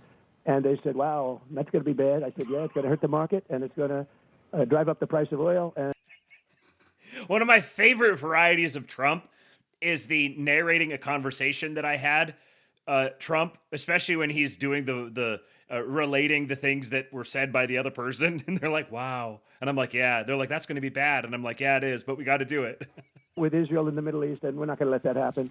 And they said, wow, that's going to be bad. I said, yeah, it's going to hurt the market, and it's going to drive up the price of oil and whatever it is. But that's peanuts compared to what would happen if we let this happen. And I told them, 47 years other presidents wanted to do it. They never had the guts, the courage to do it. I said, we have to do it. And they understood that, very professional. They're great guys, great people.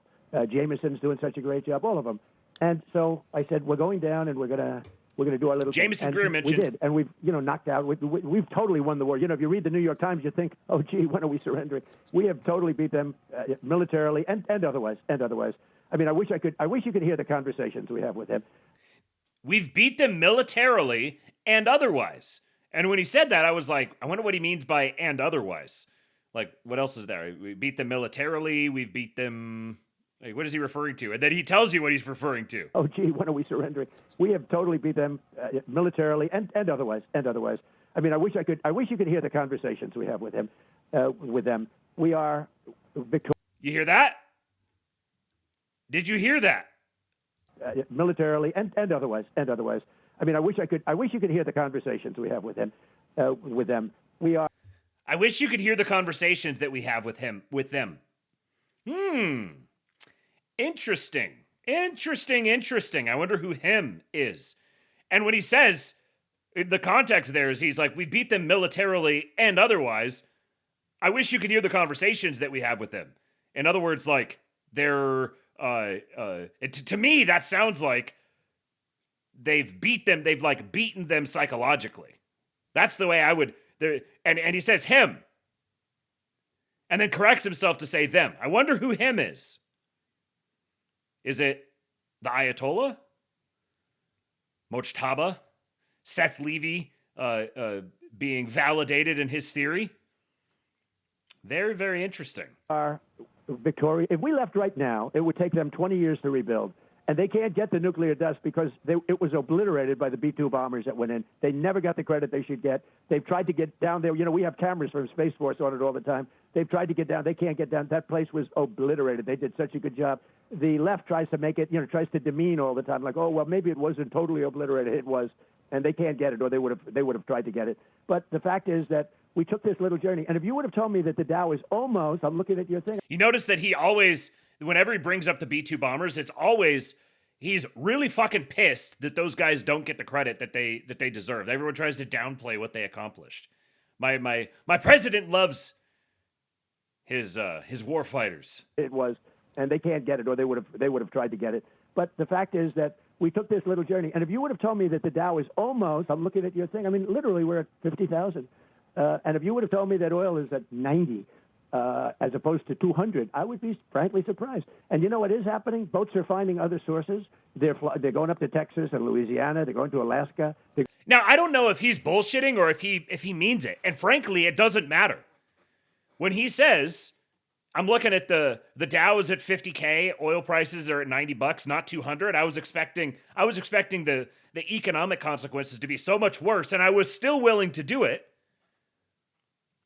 Remember, he's engaged in a narrative war, so he could be entirely bullshitting. It could be going worse than he expected. But this is the mentality that you have while you're engaged in something like this. Yeah, it's not even, and not anywhere near as, I thought it was going to be way worse than this. And honestly, I would have expected it to be worse than it is. So I kind of think that he's serious. That he was prepared for it to be much worse, but it hasn't been. You're going to other places. It's an amazing phenomenon. You know, when there are problems, people find out how to take care of things. And the straight's very important, but people have found out. I mean, you're taking a look. Look at your numbers right now. I'm looking at where the stock market's up, where it's, you know, look at that S&P. The numbers are what they were when we started this whole thing. I thought they'd be down 20% or down a very substantial amount. Even when it was down more a couple of weeks ago, I was surprised. I thought it would be down much more, and I thought the oil would be much higher. And I'm very happy to say that it wasn't. And when it's over, and it will end, when it's over, you know, they want it to be over immediately. And I just looked at a little chart. World War I, 4 years and 3 months. World War II, 6 years. Korean War, 3 years. Vietnam, 19 years. Iraq, 8 years. I'm 5 months. Okay, 5 months. I would have won Vietnam. Now, he said 5 months, which is interesting. I wonder if it's just a slip, like he meant 5 weeks. But it hasn't been quite 5 weeks. It's been a little more than 5 weeks. So that's why I'm like, I don't know if he means 5 weeks or if he actually means 5 months. Because is he talking about this as one continuous operation with Venezuela, perhaps? Or is it just a slip of the tongue and he just meant 5 weeks? He'd also said earlier, he said 400 billion instead of 4 billion. But he, it's interesting that he's comparing this now to World War I, World War II, Korean War, Vietnam War, Iraq War. He's people are like, oh, it's not a war, it's a special military operation. And he's like, I'm going to compare this to World War II. He's just leaning into it. He's like, no, this is a fucking war. And this so it like changes. At the front end, you wouldn't necessarily want to frame this as a war. Like we're gonna go. This is gonna be listed in a list with World War I, World War II, et cetera, et cetera. But on the back end of it, if it's been a comprehensive victory with extraordinarily low casualty numbers, relatively speaking, then suddenly you actually do want it compared with that. Because then you can be like, look how much these things cost in terms of capital and lives and time. And look how much this one cost. He's always in the what do you say, like brand management and narrative framing. So it actually is, I think, him framing it up that way, in retrospect now, has a minimizing effect on it versus expanding it or like making it seem like a bigger deal than it actually is. Very quickly. I would have, if I were president, I would have won Iraq in the same amount of time that we won, because essentially we've won here. Okay, I mean, people can play games. The Democrats can say, well, we should have done better. No matter what. If I did it in 1 week, they'd say we should have done better. Look at Venezuela. I took it over in 45 minutes. It was basically a 45-minute. He's talking about the Panicans, too. And, by the way, a very strong military country. And we took it over in a day, but let's be nice. But we basically took it over in 45 minutes. We took it over during the attack in 45 minutes. Mr. President, and they would say, I'm surprised I haven't said it, that you should have done it in 30 minutes. It took too long. You know, so true. It's tough. But we can't let traitors. We can't let traitors like Schumer put pressure on you where they say traitors like Schumer. Traitors like Schumer. We want out. Think how bad that is. I'm negotiating with these people, and they're telling us, we have to get out now, we have to get out now, we have to get now. And they were in a war for 18 years. They were in a war for, think of that, Vietnam, 19 years, Iraq, 8 years. So right. I want to make a good deal. I'm not going to be rushed. I have all the time in the world. I want to make not a good deal. I want to make a great deal. I don't want to do this, go through this. And, you know, I mean, if you look at this, what we've suffered in terms of losses.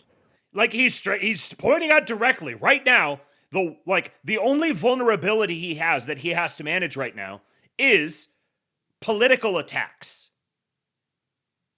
And all of the people who want him to minimize the damages and withdraw as soon as possible are themselves just saying the exact same things as Chuck Schumer. This is where this is like not a difference of opinion. This is like you are engaged in a performative contradiction. You are a retard. You are talking and acting like a retard. Shut the fuck up, delete your account, log off. The world doesn't need more Democrat mouthpieces. Ban all Democrats. Outlaw the Democrat Party. And arrest anybody who chants their slogans. We lost 13 men, and that's terrible. I wish we didn't lose one. But if somebody would have said, we've done this and obliterated that country, obliterated it, and we lost 13 men, people would have said, that's not possible to have done that. It's not possible. That's what I was saying the other day. My president listens to the Astrolabe. And there's this show, King Pill, they call it King Pill. Absolutely incredible. One of the best shows. Run by a total patriot. They call him Matthew Erickstein, king of the MAGA chuds. Thank you, Mr. President. I'm honored. JLH says, watch the Panicans quickly pivot to say this wasn't a real war. Right? It's like everyone gets drawn into his orbit somehow, and you get to decide whether you're going to be drawn in. Like he's like a gravity well. You are going to be sucked down into that gravity well, and you get to decide whether it's going to be your Trump derangement syndrome spiral, or if you're just going to truce. You don't get the option of not being sucked into his gravity well. My president can suck better than anybody else. His suck is stronger. You cannot overcome my president's suck. He's going to suck you right down into the depths of his gravity well. The MAGA suck, they're calling it. And your only decision is whether you are going to be a truster or a panican. Yeah, Living Dead, trucing is so much easier. Just lay back and enjoy the suck. You just enjoy that suck. It's the best suck. Nobody gives me suck. So we've done a great job, and I don't want to be rushed by people that are really treasonous as far as I'm concerned. Where they're treasonous! You hear that? You hear that, you fucking panicans? Treasonous! It's just, I watch this low IQ guy, Hakeem Jeffries. He's a totally low IQ person, and he's always ranting and raving, oh, this war is so terrible, terrible. They shouldn't be saying that when we're in the midst of a negotiation, because it does hurt us somewhat. It gives the other side some hope, and I don't want them to have hope.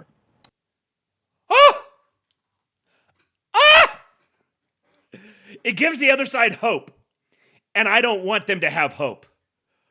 This is exactly what I'm talking about. When you are questioning the arms stockpiles that we have, when you are when you're undermining his negotiating position, you are actively working against the interests of the United States. Not the fake United States that has just transplanted Ancapistan in your head. No, the actual real United States that we live in, that has a president, that has national interests. Once the shooting starts, you line up behind your president. You don't negotiate against him. Fucking Senator Chris Murphy is out there saying, good. When a story comes out that makes it look like the Iranians got one over onto the U.S., he's saying, good. Fucking arrest the man. Speaking of, I happen to think that Chris Murphy, just to decide, since I mentioned Chris Murphy, I happen to think that he's a dark horse for trying to run for president. They shouldn't be saying that when we're in the midst of a negotiation, because it does hurt us somewhat. It gives the other side some hope, and I don't want them to have hope.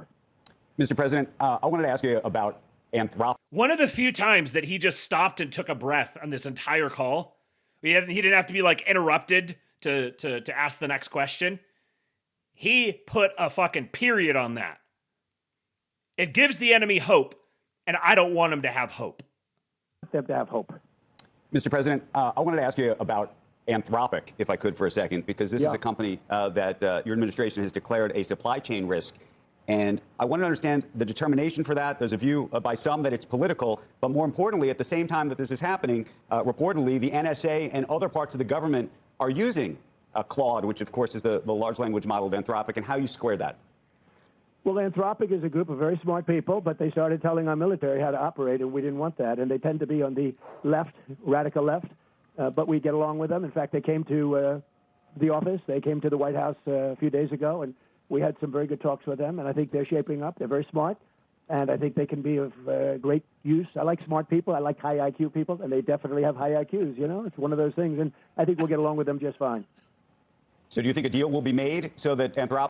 See, isn't it interesting that it's not so much like Democrat versus Republican. It's high IQ versus low IQ. So Hakeem Jeffries is low IQ. Jasmine Crockett is low IQ. AOC is low IQ.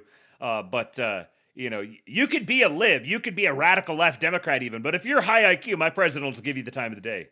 will be allowed to be used inside the Defense Department in the future? We want the smartest people. Now, in the meantime, we replaced Anthropic with somebody else. You know who they are, and they're very, very smart people. Sam Altman, it's a very, very smart group. We have a lot of smart groups. We have some brilliant people. We have the most brilliant people in the world. President Xi told me that. He said Silicon Valley. He called it Silicon Valley. During a conversation, I have a great relationship with him. He said, you have the smartest people in the world. And we do. You take a look at what's happening with Jensen and all of these people. And it's a great honor to be working. I think Tim Cook, I see he's retiring. I wrote a piece about him today. Tim Apple. And I got to know him very well. He's a fantastic person. Did an unbelievable job. And I say it respectfully, but if Steve Jobs had lived and ran the company, it might have done good, but it wouldn't have done, I think, nearly as good as the job Tim has done. And I got to work with him, so I really know it. I know what I'm talking about. He's a very unusual guy. He gets things done. Mr. President, we did read your entire Truth Social post. I just want to return for 1 second and make an analogy here. You saw what inflation did to the Biden legacy and administration. So 22% price increases. By the time he was leaving, it was down to about where it is now, about 3%. But not a single. It was down to 5%. It wasn't down. Well, to 5%. but not a. Get your numbers right, Joe.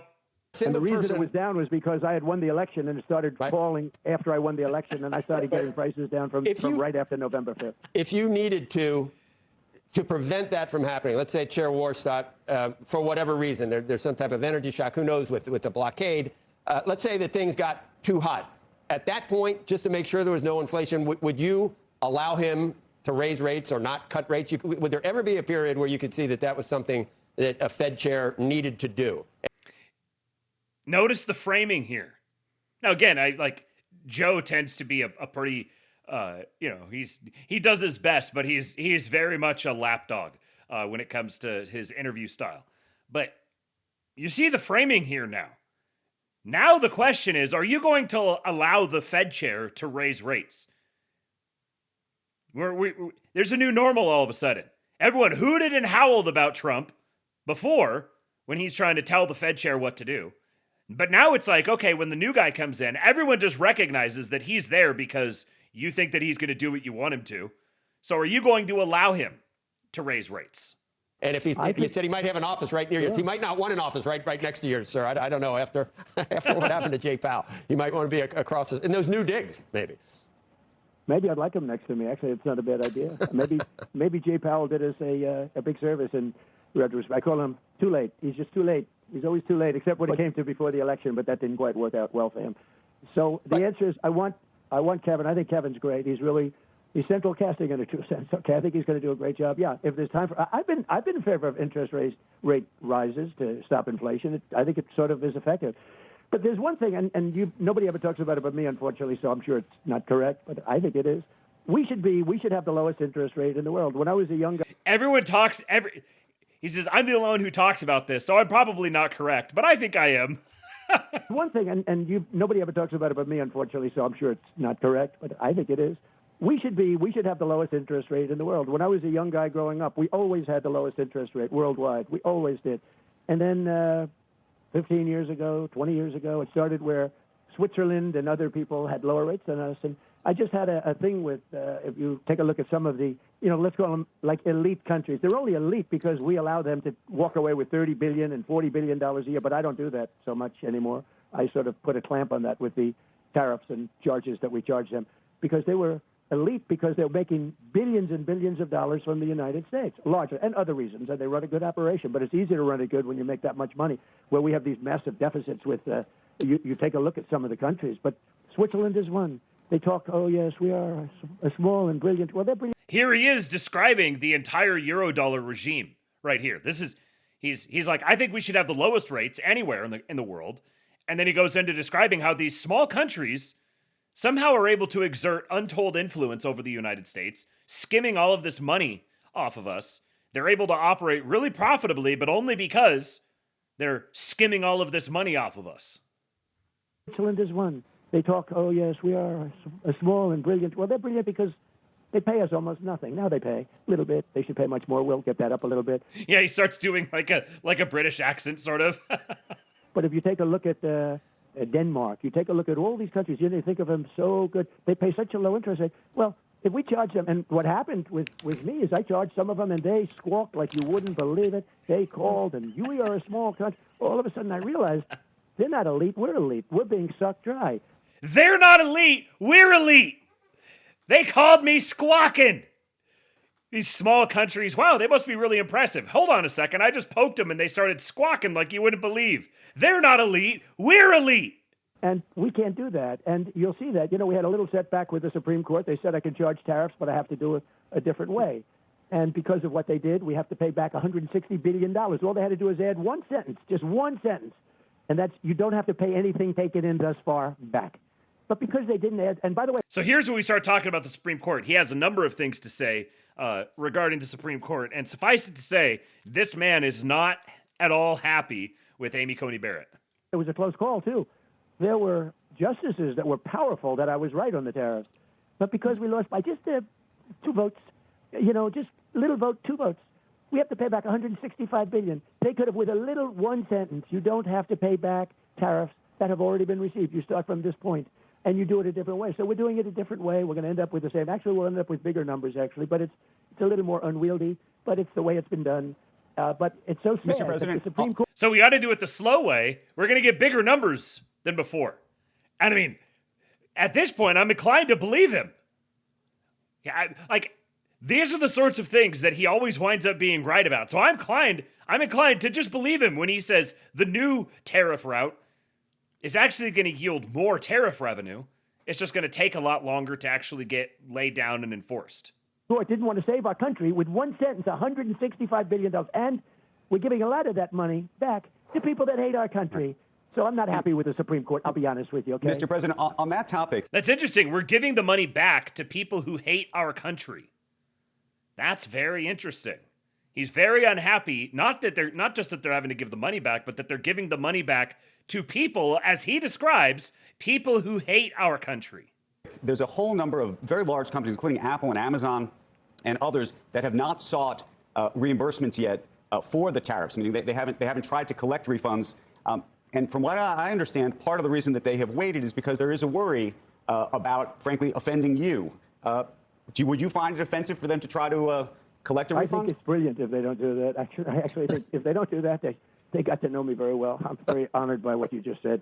If they don't do that, I'll remember them. I will tell you that, because I'm looking to make this country strong. Supreme Court could have helped us. Now they have birthright citizenship. They'll probably rule against us. No country in the world has it. It's horrible for our country. And I just see it, I see some of these Republicans that are nominated by me asking real bad questions, and looks like maybe we're going to lose that one too. Look what happened with NIL. They destroyed college. Just straight up subtweeting Amy Coney Barrett. Republicans nominated by me asking very bad questions. Sports, the court system, destroyed. So hard to put that one back, Humpty Dumpty. So hard to put that one back together. We had 150 years of rulings and everything else, and they had such a great system. It was a scholarship system.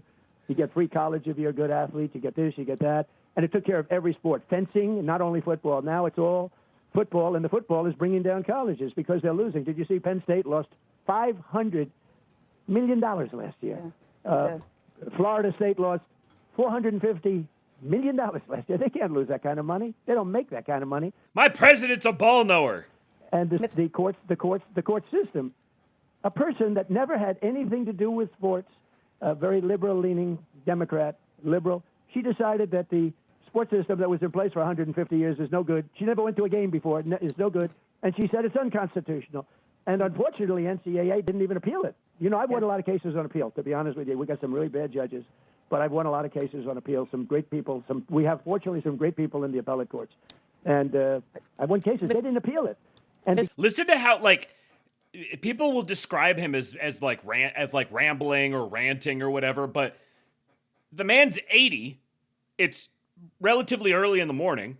I mean, I guess those, it's easier for the older people in the morning, but the man's 80, and listen to how he seamlessly moves from subject to subject, and he knows each one of these things in details. He's like citing specific details, specific occurrences, specific people.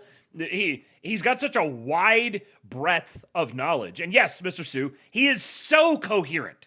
He is one of the most coherent people that you will ever listen to. He just communicates so differently than anyone else that you have to tune into his wavelength. But if you're tuned into him, he's so coherent. Because of that, college sports is a disaster right now. You have many people staying in college because they're going to make more money than they would if they went into baseball, Major League Baseball, or the NFL. They can make more money. You know, a 7-year freshman. We have a 7-year freshman. It's crazy what they've done. And this is a person that never went to a game, acknowledged, not familiar with sports, but she overruled everything. She said, it's all unconstitutional, start all over again. And thank goodness we have people like Randy Levine and others that Coach Saban, who's so great. And we have a lot of people got together. But it's very hard to put that one together, I will tell you right now. It's a tough one, but they're going to do the best. But if the courts had common sense, they would have done something that could have been very easy to do and made everybody happy. If they had common sense, we would not be paying back almost $200 billion in the weave. So stupidly. In many cases, the enemy is getting this money. The people that have hated the United States, we're giving them checks for billions of dollars. It's so sad to see.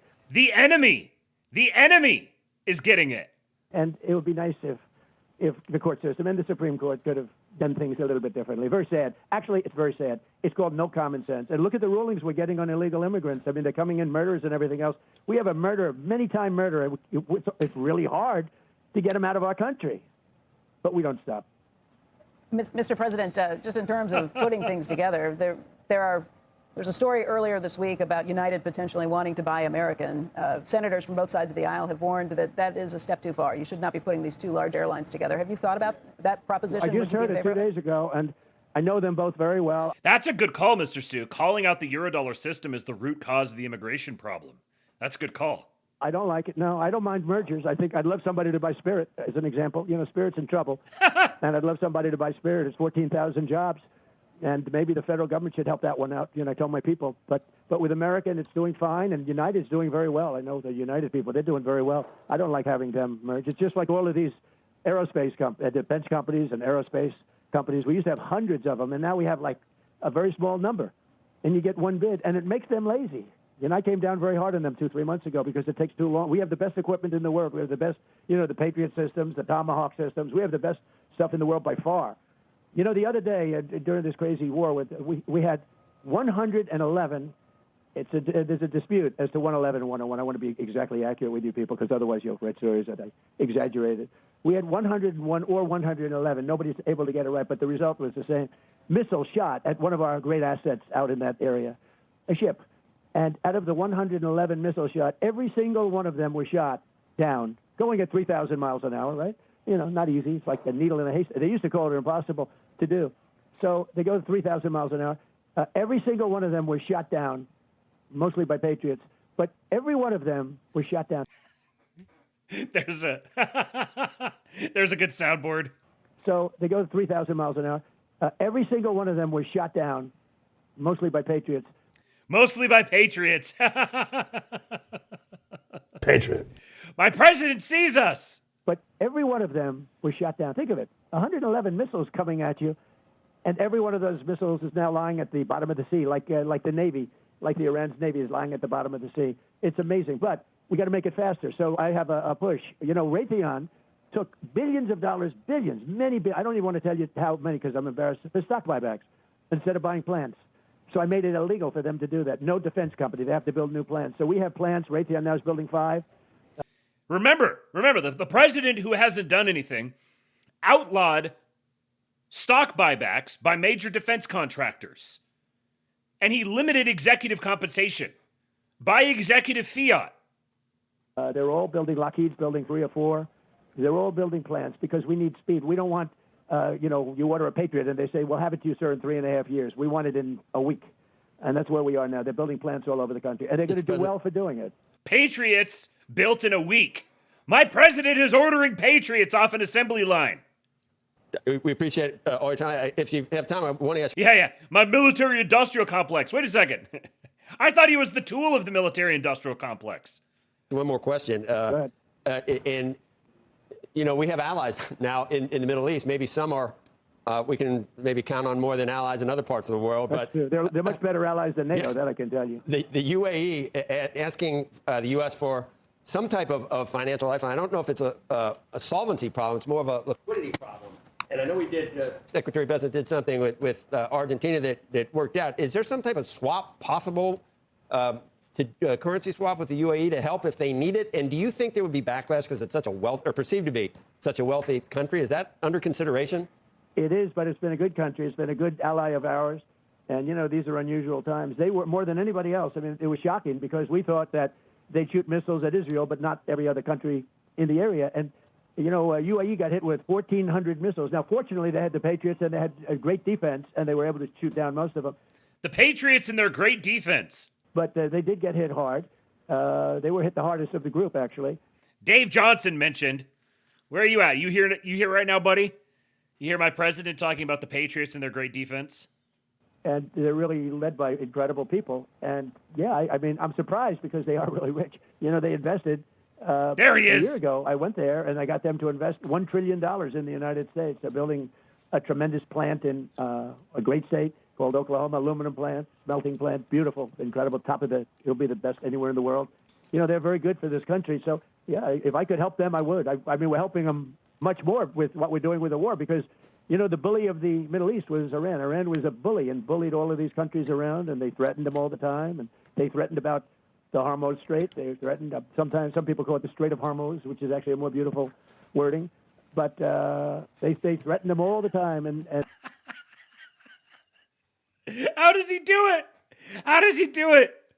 The Hormuz Strait. Some people call it the Strait of Hormuz, which is a more beautiful wording. My president is a poet. He thinks about sentence structure. And so we're really doing a big job there. Those 5 countries have been great, and Israel's been great. Israel's been a great partner for us. It's like they say, we're the big brother, they're the small brother, but the small brother's been very helpful to us. You know, they've displayed great courage. Trump going on to CNBC and calling Israel the small brother. You guys fought hard. You're doing such a good job, little brother. Saudis, if UAE had a problem, I find it hard to believe, but if they had a problem, we would be there for them. Yeah, are the Saudis impatient now, or do they are they on the other side? Where they? Well, he's another great guy. You know, he gave me the famous line that I use a little bit. He said, "A year and a half ago, sir, you were a dead country. Now you're the hottest country anywhere in the world." He said that to me, and it's true. We were a dead country. We had a guy that wasn't respected. We had a country that was laughed at. So now, every time you hear him say that people are saying we're the hottest country in the world, you know who he's talking about. He's talking about MBS. He couldn't walk up a flight of stairs. Forget about down. He couldn't walk up a flight. But he was falling all over the place. I have to be careful because if I do trip or fall, it's got to be the biggest. That's why when I get out of those planes, I walk nice and slowly. I'm not looking to set any speed records. But we had an embarrassing country. We had a country that was going to fail. If this country would have failed if I didn't win this election, I'll tell you, I've had many people tell me that. Many people that aren't necessarily of the Republican persuasion or MAGA. But we've had many people say it, that this country would have failed if I didn't win this election. You people wouldn't be looking at the numbers you're looking at right now. So the Saudis are not, are they taking it economically on the chin to the point where they want you to end this, or are they saying finish the job? I think they're doing great. I spoke to him yesterday. He wasn't asking for anything. He wants to, they're fighting. You know, they're helping us. They're helping us on the Strait. They're helping us all over. The ones that aren't helping are NATO. You know, NATO said to me, no, we'll send somebody as soon as it's over. I said, that's not really, you know, we don't need them. We'll never need them, actually. They'll need us. They need us desperately because they're a paper tiger. But I've said that. By the way, I've said that for a long time. Before I was in politics, I used to say it. I was not in politics, but I sort of enjoyed it, and I liked watching things. So I always said they were a paper tiger. And Europe has to straighten themselves out. Between energy and immigration, they have to straighten themselves out, or they're not going to have a Europe anymore. Yeah, we could talk NATO. Between energy and immigration. But I know you've obviously got a lot to do. We will be watching for any Truth Social posts about the negotiations, whether you hear what's happening. But thanks for all your time this morning, Mr. President. We greatly appreciate it. Well, thank you. And Becky, thank you. And Andrew, I'm glad you were on the phone. I'm really glad. Even though Joe totally misrepresented, I don't mind that at all. Okay. Thank you, Mr. President. We'll talk soon. Good to hear your voice. He's a kidder. Kidders like the kid. Thank you, Mr. President. Thank you. Thank you very much. You My president's a ball buster. So So Tanvi Ratna here says, while the world fixates on Hormuz, the U.S. has quietly locked power projection over all 4 critical choke point straits: Panama, Hormuz, Malacca, and Gibraltar. Orchestrated within a mere 15 months of taking office, this is a massive realignment with global repercussions. Here's that map again. So you got red is the primary choke points: Panama Canal, Cape of Good Hope, Strait of Malacca, Strait of Hormuz, Bab el-Mandeb, Suez Canal, Turkish Straits, and I think I said Strait of Gibraltar. The secondary choke points here would be, I don't remember the name. There's the South China Sea. I don't remember the names of these other ones. The English Channel. Yeah, I don't remember the rest of them. I said long ago that Iran is not a mere node, but the catalyst, precipitating resets across theaters far beyond the Middle East. 3 of the 4 straits reordered within days of each other, proving the framework. The U.S. ran a different playbook for each. These choke points carry 40% of global trade and 20% of oil across 4 regions. Panama is the Americas, Gibraltar is Europe, Hormuz is Asia and the Middle East, and Malacca is Asia. Once overlooked or contested, they're now central to the new order under Trump. The Panama Canal was secured in January of 2026, a month before Operation Epic Fury began near Hormuz. In January of 2025, Trump began the pressure campaign, calling Chinese terminal control by Hong Kong-based C.K. Hutchison unacceptable. Panama's 2025 comptroller audit exposed irregularities in the HK contract. In January of 2026, their Supreme Court ruled the HK contract unconstitutional. In February of 2026, terminals shifted out of Chinese hands to Maersk, BlackRock, and Italian control. No U.S. troops, no shots fired. The Strait of Hormuz, the one everyone is watching, the kinetic strategy. Operation Epic Fury degrades Iranian defense and logistics. We are at April 2026 with the blockade and negotiations in process, but U.S. presence gets normalized and even welcomed by the Gulf countries. Then the Strait of Malacca. Just this week, momentum hit Southeast Asia at the strait most critical for China. It's 80% of China's oil imports and 40% of global trade. Indonesia sits directly on the strait. On April 13, 2026, Hegseth signed the major defense cooperation partnership with Indonesia at the Pentagon. The core win is blanket U.S. military aircraft overflight rights across Indonesian airspace. This is big. No need for case-by-case approvals to fly over, just a notification. So the thing that they just signed on with Indonesia is blanket U.S. military aircraft overflight rights across the Strait of Malacca, effectively. The pact gives U.S. continuous surveillance and rapid response positioning with 0 new bases. The Strait of Gibraltar. This is a key African-European artery that gets locked in 2 days later. Morocco controls the southern shore, the Atlantic-Mediterranean gateway. On April 16, 2026, U.S. and Morocco signed the 2026 to 2036 Defense Cooperation Roadmap at the Pentagon. And note who it was who represented the United States there. You guys recognize that fella? A familiar face, the Honorable Elbridge Colby, Undersecretary of War for Policy. It covers NATO-level weapons, joint training, intel, cyber, counterterrorism, and, quote, unprecedented operational integration. Runs for a full decade. Also, no new bases needed. So the final 3 moves in the last week while everyone watched Hormuz. Panama was pressure plus courts. Hormuz is strikes plus targeted blockade. Malacca is a rapid pact plus blanket overflights. And Gibraltar is a decade-long alliance deepening. The contested lanes are now U.S. strategic advantages. I called the Iran-led reset before it was obvious. While you debate headlines, the U.S. is moving many theaters rapidly. My Substack subscribers get clean signal. You can go subscribe to her. Once again, there's no strategy here. Nobody has any idea what's going on. They don't know what they're doing. They're desperately flailing. Just no evidence for that whatsoever. This is entirely just Democrat propaganda. And anybody who is repeating those sorts of things is either operating out of bad faith because they're, I don't know, under some kind of pressure, or they've been taken over by Trump derangement syndrome or whatever. or they're just out of touch. They're just basically a normie. They're just an MSNBC boomer, like they're a boomer MSNBC watcher. That's what their politics have been reduced to. That's what their awareness of the situation around them has been reduced to. Then, another interesting thing that's happening right at this moment, as Tom has this one particular, Mr. Stu, maybe you remember the exact metric that he tracks.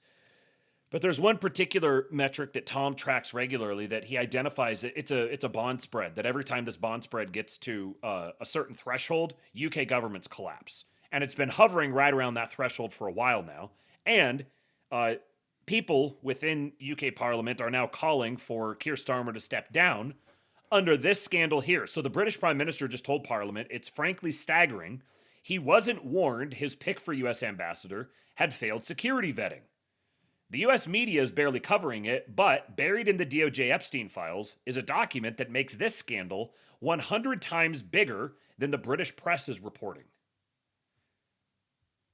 Remember, there's like nothing happening with the people in the on the Epstein list, nothing happening to them whatsoever. Keir Starmer's hand-picked U.S. ambassador was Peter Mandelson, Labour Party elder, longtime friend of Jeffrey Epstein. Mandelson called Epstein my best pal in 2009, stayed at his New York home while Epstein was serving his sentence, was fired in September of 2025, and arrested by UK police in February of 2026. This week, it emerged that Britain's own security service recommended against giving Mandelson a clearance. The Foreign Office overruled them and appointed him anyway. The top Foreign Office official was forced to resign last week, and he testifies before Parliament in hours. That was yesterday. So calls grow for Starmer to resign as the shadow of Epstein still looms large over 10 Downing Street. He says he was not aware that Peter Mandelson had failed security vetting. But here's what the British press isn't reporting, and what the DOJ Epstein files show. For 5 years before Britain sent Mandelson to Washington, the British embassy there was running a classified intelligence operation on Jeffrey Epstein's network into the FBI. And this is dated, this is from the UK National Crime Agency, dated 6th of January 2020, intelligence for FBI, payments linked to Jeffrey Epstein. This information is provided on an intelligence-only basis for the purposes of covert development. It may be combined or corroborated with other information, but permission must be sought from the originator before action is taken on any derived intelligence. It cannot be used evidentially or judicially or be shared with another foreign jurisdiction without permission of the originator. NCA is aware of an FBI-led investigation against Jeffrey Epstein and has collated available information which may be pertinent to this investigation. This intelligence is being disseminated to the FBI/DOJ to assist in potential child sexual exploitation and human trafficking investigations. On the 6th of January 2020, the UK's National Crime Agency hand-delivered a classified dossier to the FBI from inside the British Embassy, subject, payments linked to Jeffrey Epstein. It traced Epstein payments across 14 banks and 6 currencies between 2010 and 2019. The stated purpose was child sexual exploitation and human trafficking investigations. And, of course, Trump is always makes sure he's Johnny on the spot here. He posted this, this was this morning, either late last night or this morning. He said, Prime Minister Keir Starmer of the United Kingdom acknowledged that he, quote, exercised wrong judgment when he chose his ambassador to Washington. I agree, he was a really bad pick. Plenty of time to recover, however. Very interesting timing, given that the king is coming very soon to the U.S., and the Brexit date is coming up very soon, where Brexit, it's the 10-year window before the Brexit vote is made formal and official and complete. So I would not be surprised at all to see, it seems as if Starmer is going to get yoinked, and there's going to be a new government formed. And Tom's his absolute fantasy with this would be that the king dissolves parliament. And that's part of the whole visit over here. I don't think it's going to happen. I don't think Tom thinks it's going to happen, but it's not completely outside the realm of possibility. Okay. Now, for the remainder of the show today, we are going to talk about Peter Thiel and his lectures about the Antichrist. But before I do that, I've got 3 different articles to read from here. Before I do that, I am going to give you guys a little bit of leftist ass eating. Please do tip your streamer, tips.kingpill.com. I will be right back.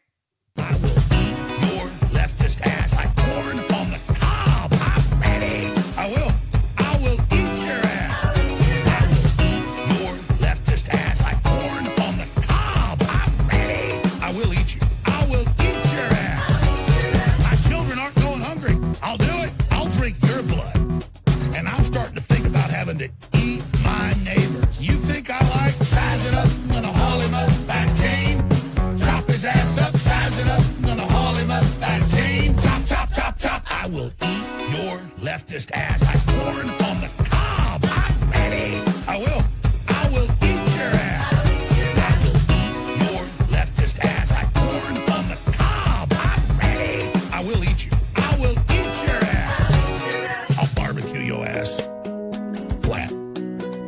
I will cook your ass up so fast, and I'll tell them, well, I killed a cow out back, baby. You think Christ would eat somebody? He would never do that. I will. I'm ready to hang them up, gut them and skin them and chop them up. You know what? I'm ready. I will eat your leftist ass like corn on the cob. I'm ready. I will eat your ass. I will eat your leftist ass like corn on the cob. I'm ready. I will eat you. I will eat your ass. I will eat your leftist ass like corn on the cob. I'm ready. I will eat your ass. I will eat your leftist ass like corn on the cob. I'm ready. I will eat you. I will eat your ass. And that's why I want the globalists to know. I will eat your ass first. I swear to God, if it's the last thing I do, I'm going to get my hands around your throat. All right. So this first one here is from the San Francisco Standard. He spilled Peter Thiel's Antichrist secrets. Now he's banned from the lectures. The off-the-record lecture series has been shrouded in mystery. But notes leaked by tech worker Kashidij Kulkarni reveal details. The dude's name is Kashidij. Kashitij. What a name. This is from September of 2025. A series of off-the-record lectures on the Antichrist hosted by tech billionaire Peter Thiel has everyone wondering what the hell is going on inside. But on Monday, ahead of night 2 in the 4-part series, one guest published notes of the first show and is paying the price. Lecture notes published last week by tech worker Kashidij Kulkarni, head of protocol research at software company Succinct, provided the clearest look yet at what's allegedly being discussed inside the secretive event. When the sold-out talks began last week at the Commonwealth Club and the Embarcadero, the online invite vaguely said Thiel would be, quote, addressing the topic of the biblical Antichrist and its, quote, theology, history, literature, and politics. It warned spectators that the event was off the record. Kulkarni, who published the notes as an essay, since removed on his personal website, was subsequently banned from the other 3 talks, according to a now-deleted X post from Michelle Stevens, executive director of Act 17 Collective, the nonprofit that organized the lectures. You are in violation of the clear off-the-record policy we implemented and reiterated many times. Your ticket is revoked without refund, she said. After last week's lecture, the Standard met with attendees who said the talk largely repeated the points Thiel had made in previous interviews on the subject. Excuse me. Give me just a sec.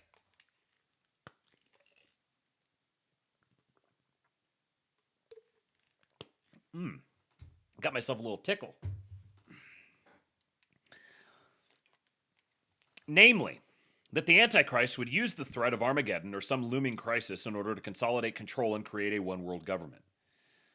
Kulkarni confirmed that summary more or less, writing that Thiel explained that with the advent of atomic weapons, the human race gained the technology to destroy itself. That is, to usher in Armageddon. But more recently, apocalyptic fears have grown with the advent of artificial intelligence and big tech's race for so-called superintelligence.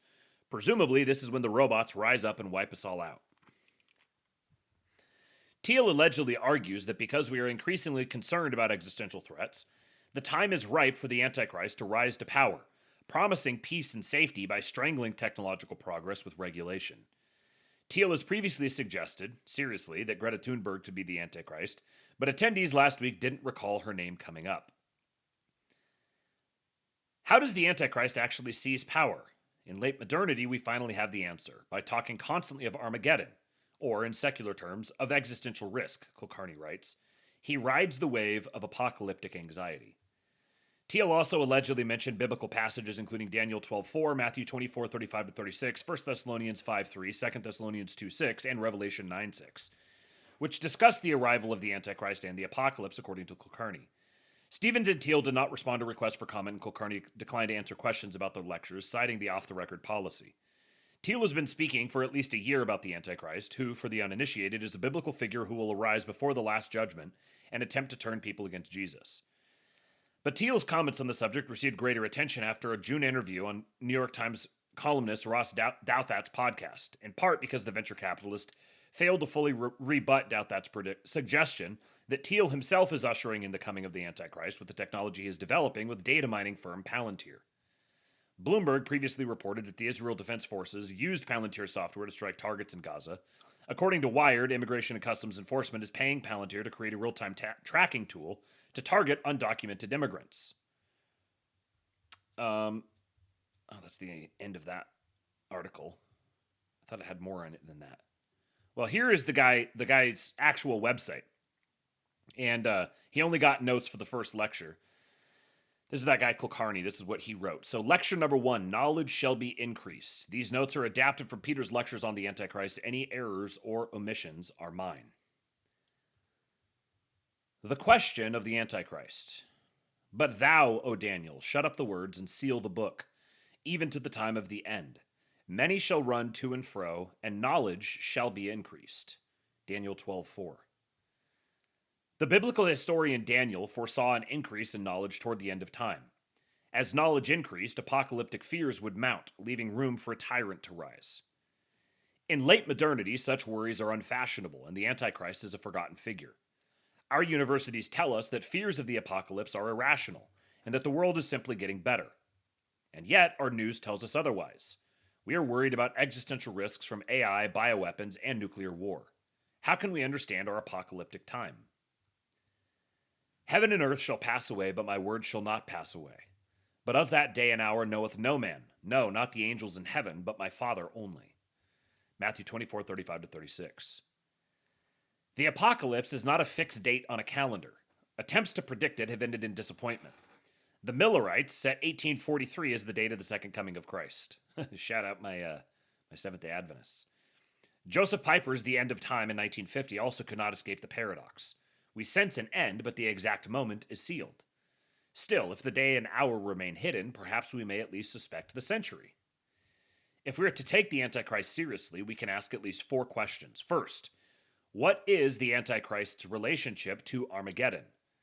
He is imagined as the tyrant of the last empire, the beast of the sea heading a world government, the final antagonist before the revelation of Christ. Number 2, when will he arrive? He comes after Christ, but through many forerunners. 2 Thessalonians 2:6 reminds us that something is holding back his arrival. Quote, and now ye know what withholdeth, that he might be revealed in his time. Number 3, what is his relationship to Christ?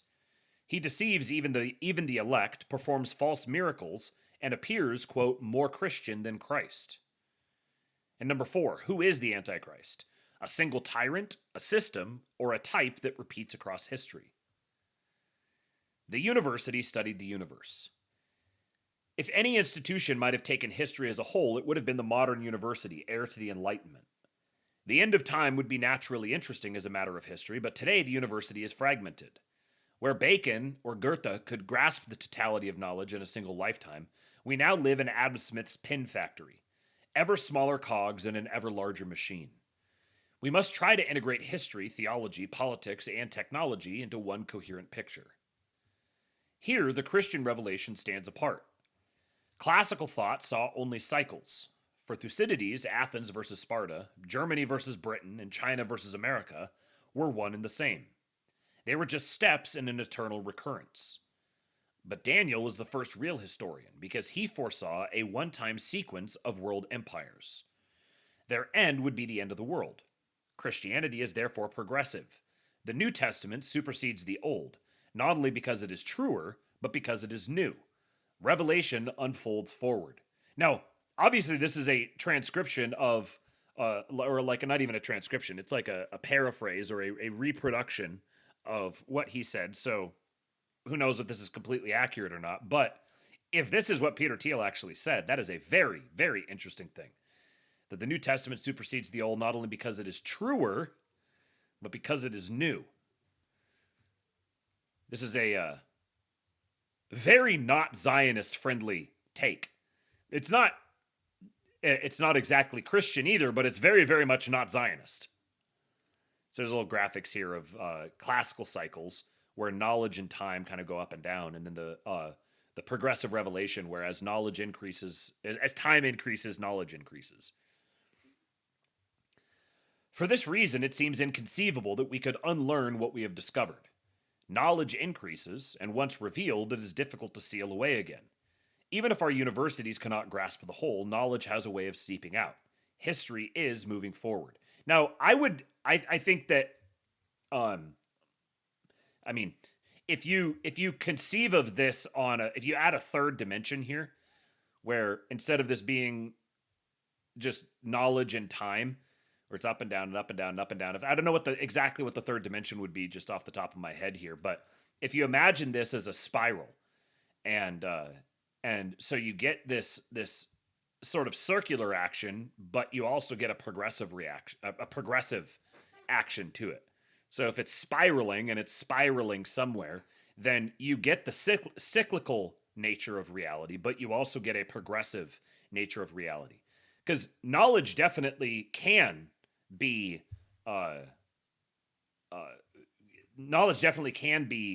lost. We've had plenty of knowledge that's lost, and I mean, even if you want to say, some massive cataclysm, or the Library of Alexandria, there's plenty of cases of knowledge being lost, and as human traditions break down, that's like the definition of a tradition breaking down is knowledge being lost. Late modernity. In those days shall men seek death, and shall not find it, and shall desire to die, and death shall flee from them. Revelation 9:6. From 1750 to the early 1900s, technology accelerated at a pace that defies comprehension. In the 20th century, lifespans doubled. We moved faster physically. Steam engines led to automobiles and jet airplanes. In the 21st century, technology only means information technology. Progress in all other fields has halted. This is like Peter Thiel's famous atoms versus bits. The question naturally arises, is the singularity in the past or in the future? That's a very Peter Thiel sort of question to ask. I'd never even thought of it this way, but are we moving toward the singularity or away from the singularity? But the modern university cannot answer this question. Measured by inputs, science is growing. Derek DeSola Price in Science Since Babylon noted that the number of PhDs was doubling roughly every 15 years. Has scientific output grown correspondingly? The evidence suggests diminishing returns. Nobel laureate Bob Laughlin tried to measure scientific productivity at Stanford. He was promptly defunded. Outputs are worse than inputs. The NSA is managed worse than the DMV or the post office, not because it lacks resources, but because it is less comprehensible. We should expect the same for string theory. And this is a point that he's made quite a bit before, that he's actually significantly, I remember he talked about this when he was on Joe Rogan, that he's actually significantly more pessimistic about the nature of a lot of the different conspiracy theories and stuff, because he's like, I've been on the inside. Palantir was founded. One of the first investors in Palantir was In-Q-Tel, the VC firm, or like the VC arm of the CIA. Peter Thiel has had ample connections with the intelligence community, and he's observed that up close and personal, you have like the James Bond image in your mind, and really it's just a bunch of really unimpressive bureaucrats, by and large. The world feels stuck. We are running a Red Queen's race, working harder, running faster, yet standing still. wages have stagnated, health is plateauing, and optimism is fading. Nixon declared a war on cancer in 1971, promising victory by the bicentennial in 1976. No president today would dare declare war on Alzheimer's. Science once promised radical life extension. Today, the closest we come to mastery over death is legalized euthanasia. Our imagined futures scare us. The Baconian science project ended at Los Alamos with the development of the atomic bomb. Technology itself became apocalyptic. In 1945, the National Committee on Atomic Information published One World or None, starting the era of apocalyptic war films. Coincidentally, this is also when the Catholic Church stopped giving apocalyptic sermons. Humanity faced a new dual-use problem. The same physics that could power civilization could also end it. Since then, secular apocalyptic fears have multiplied. Bioweapons, nuclear war, artificial intelligence, fertility collapse. If we are to make this list complete, however, we should add the risk of the biblical Antichrist, manifesting as a one-world government. Here, the secular maps neatly onto the theological. The one-world state of the Antichrist on the one hand, and the no world of Armageddon. There's like a thing here where everything and nothing, in a certain sense, is the same thing. Like if there's something that's true about everyone, it's true about no one, because it's like, it's just a funny thing about everything and nothing is that they have this funny parallel to them. So, making the entire world one is like the same thing as making the entire world nothing. We should at least suspect that the apocalypse in our newspaper headlines is the apocalypse of the Bible. This is not mysticism, but simple extrapolation of human nature. Wisdom has not increased, even if information has. The one point on which the atheist and the fundamentalist agree is that violence comes from God. The Christian, however, knows it comes from man. Antichrist and Armageddon.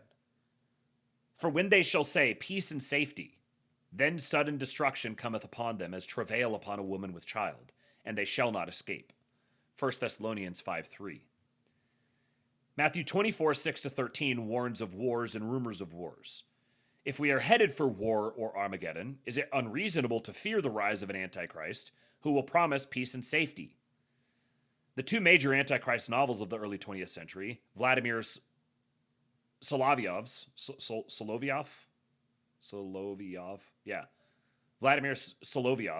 War, Progress, and the End of History, and Robert Hugh Benson's Lord of the World, both prophesied his rise to lead a world government.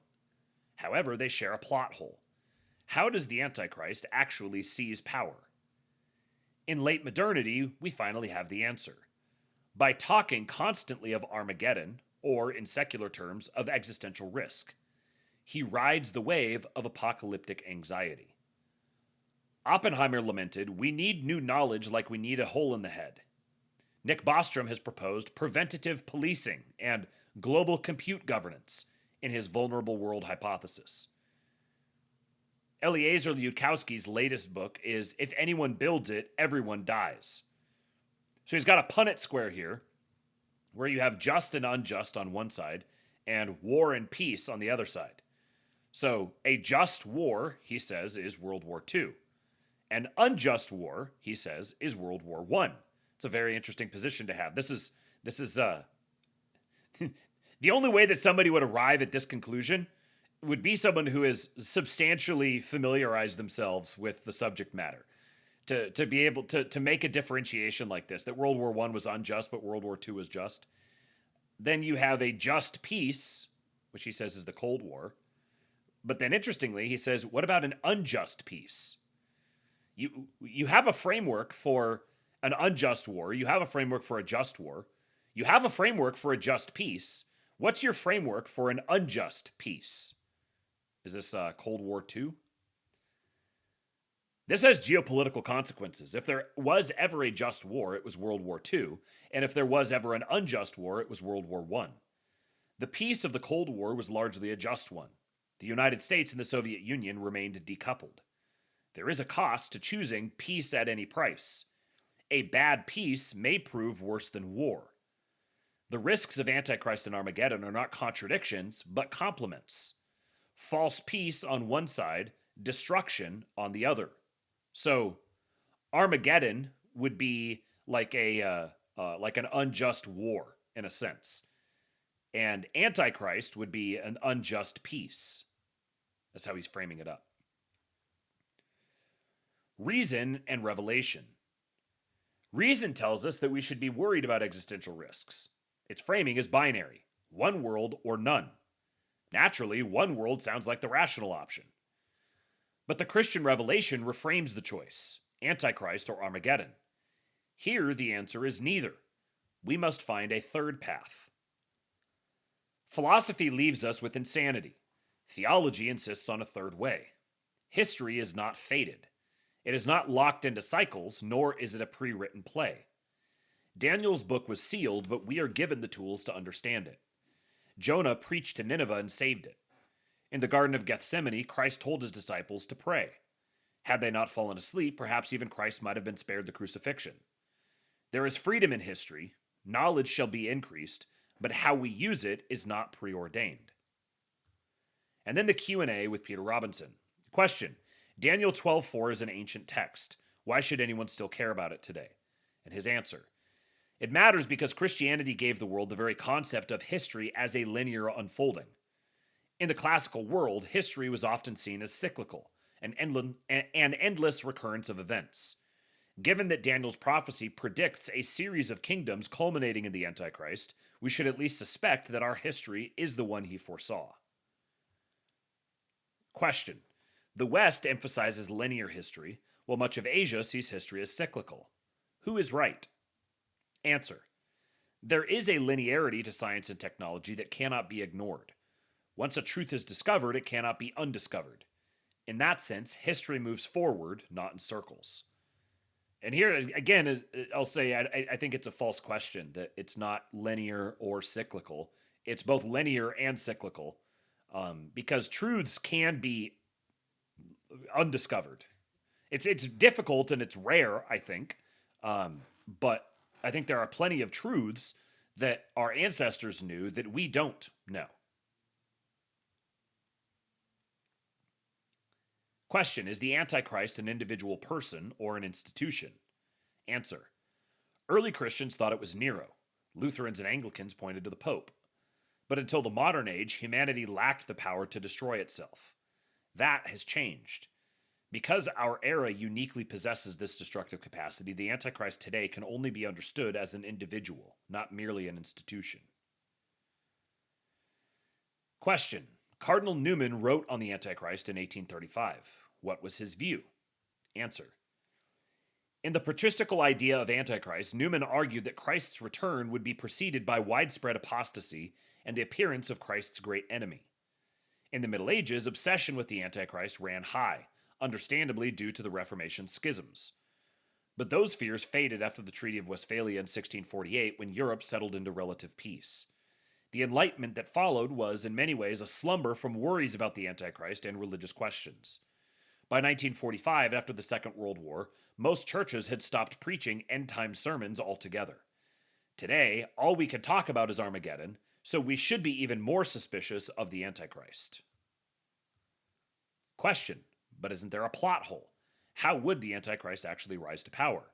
Answer: the major Antichrist books were written pre-World War I, and Cardinal Newman was speaking in the 19th century. Today, the answer is obvious.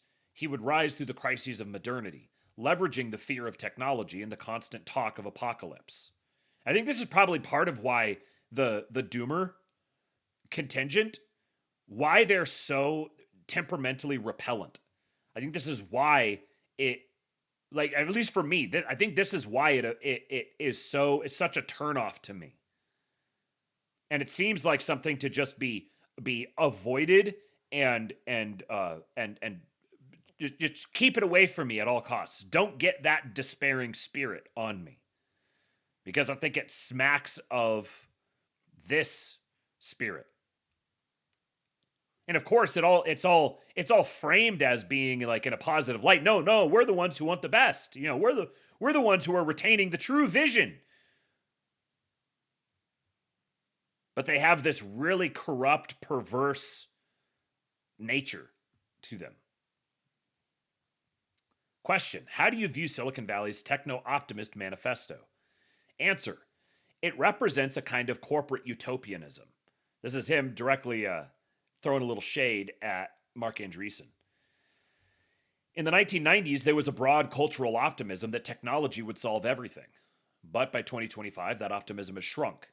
Today's visions are narrower, less inclusive, and far less confident. The grand utopian projects have given way to incremental gains overshadowed by fears of collapse. And last question: can we expect a leader, political or technological, to solve everything? Answer: no leader can bear that burden. Oppenheimer could not solve all scientific problems, just as Trump or any politician cannot solve all political ones. No human figure can deliver a final solution for all time. That expectation belongs to messianic hope, not politics.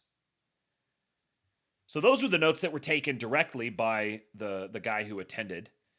And then this is an article from The Guardian that gets into, has quite a bit more detail to it, and he answers more questions about politics in this one. Mr. Stu says it's doomer altruism and it's inherently satanic. That's a banger. Doomer altruism. Altruism. Slutty milk. We got to get some slutty milks in the chat. Altruism. Look at you guys putting it together. Caradwin says, think of it like a road that spirals up a mountain. Yeah, that's a good sort of an illustration of it, because it does have a linear nature to it. You're covering new ground. You're entering into new spaces, but you're also cycling back through the same pattern over and over and over again. So that's actually a spiral. The question, I guess, would be: is the spiral? Are you spiraling up to a point, or are you spiraling up wider and wider and wider away from a point? I asked that rhetorically. Inside tech billionaire Peter Thiel's off-the-record lectures about the Antichrist. The political Svengali and investor has been giving lectures on, quote, an evil king or tyrant who appears in the end times. Peter Thiel, the billionaire political Svengali and tech investor, is worried about the Antichrist. It could be the U.S. It could be Greta Thunberg. Over the past month, Thiel has hosted a series of 4 lectures on the downtown waterfront of San Francisco, philosophizing about who the Antichrist could be and warning that Armageddon is coming. Thiel, who describes himself as a small O Orthodox Christian, believes the harbinger of the end of the world could already be in our midst, and that things such as international agencies, environmentalism, and guardrails on technology could quicken its rise. It is a remarkable discursion that reveals the preoccupations of one of the most influential people in Silicon Valley and the U.S. It's interesting that basically the thing he's describing is the Longhouse, kind of like it's sloppy to frame it that way, but that's kind of the spirit of the Longhouse. He's equating with the spirit of Antichrist. This is a quoting. A basic definition of the Antichrist. Some people think of it as a type of very bad person. Sometimes it's used more generally as a spiritual descriptor of the forces of evil, Thiel said, kicking off his first lecture. What I will focus on is the most common and most dramatic interpretation of Antichrist. An evil king or tyrant or anti-messiah who appears in the end times. Thiel was on the forefront of conservative politics long before the rest of Silicon Valley took a rightward turn with Donald Trump's second term as president. He's had close ties to Trump for nearly a decade, is credited with catapulting J.D. Vance into the office of vice president, and is bankrolling Republicans' 2026 midterm campaigns. More background stuff that most of you guys are probably already aware of. He says, I'm a libertarian or a classical liberal who deviates in one minor detail where I'm worried about the Antichrist, Thiel said during his third lecture. His one minor detail where he deviates from the libertarians is he's worried about the Antichrist. The meandering gospel of Peter. Thiel's talks, which began on 15 September and ended on Monday, were long and sweeping, mingling biblical passages, recent history, and philosophy, and sometimes deviating into, gasp, conspiracy theories. He peppered them with references to video games and TV shows, along with musings on J.R.R. Tolkien's Lord of the Rings. He likewise recalled conversations with Elon Musk and Benjamin Netanyahu, and spoke at length about how he thinks Bill Gates is, quote, a very, very awful person. Tickets for the series went for $200, selling out within hours. Attendees were told that the lectures were strictly off the record and that they were forbidden from taking photos, videos, or audio recordings. At least one person who took notes and published them had his ticket revoked by a post on X. Guardian reporters did not attend the lectures or agree to the off-the-record stipulation. Recordings were provided by an attendee who gave them on the condition of anonymity. Interesting that the Brits apparently say an attender instead of an attendee. When reached for comment, Thiel spokesperson Jeremiah Hall did not dispute the veracity of the material given to The Guardian. He did correct a piece of The Guardian's transcription and clarified an argument made by Thiel about Jews and the Antichrist. So it's one of the things Thiel mentioned specifically is the relationship between Jews and the Antichrist. And I have something else I'll mention when we get to that point. The Silicon Valley heavyweight drew on a wide swath of religious thinkers, including the French-American theorist René Girard, whom Thiel knew at Stanford University, and the Nazi jurist Carl Schmitt, whose work he said helped create the core of his own beliefs. He credited the English Catholic theologian John Henry Newman as the inspiration for his 4-part series, saying, "Newman did 4, so I'm doing 4. I'm happy about it." The venture capitalist has hosted and attended events and lectured on the topic for decades, going back to the 1990s. In recent months, he's spoken to theologians and podcasters about the Antichrist, both publicly and in private. His beliefs are diffuse, meandering, and often confusing, but one tenet he's steadfastly maintained over the years is that the unification of the world under one global state is essentially identical to the Antichrist. In his talks, he uses the term Antichrist almost interchangeably with one world state. Quote, "One world or not, in a sense, is the same as the question Antichrist or Armageddon. So in one sense, it's completely the same question." His version of history and its potential end posits technology as a central driver of societal change and takes a Christianity-focused, Eurocentric view that declines to engage much with other religious movements or parts of the world. Based on the day of Thiel's final lecture in San Francisco, as the mostly young and mostly male crowd lined up to get in, a group of about 20 protesters stood out front holding anti-Palantir and anti-ICE signs that said things such as predatory tech and "we do not profit from people who profit from misery" and "not today, Satan." Look at that, it's the dissident right. I'm sure these people have well-elaborated thoughts on Benjamin Netanyahu. A trio of self-described Satanists dressed in black costumes with goth makeup walked up and down the line of attendees carrying a goblet of red liquid with a small plastic replica of a bone. "Will you bring our Dark Lord Peter Thiel this baby's blood?" they asked. It really is the dissident right. Then they performed what they called a dark ritual, dancing slowly in a circle to Mozart's Requiem in D minor, which ended with them writhing on the city sidewalk and yelling, "Take us to your personal hell. Thank you for being our Dark Lord." It is the dissident right. Incredible. Those guys get around. So what do they say? The Guardian is publishing substantial quoted passages alongside contextual annotations so that the public may be informed on what an influential figure in politics and technology was saying behind closed doors. He believes the Armageddon will be ushered in by an Antichrist-type figure who cultivates a fear of existential threats such as climate change, AI, and nuclear war to amass inordinate power.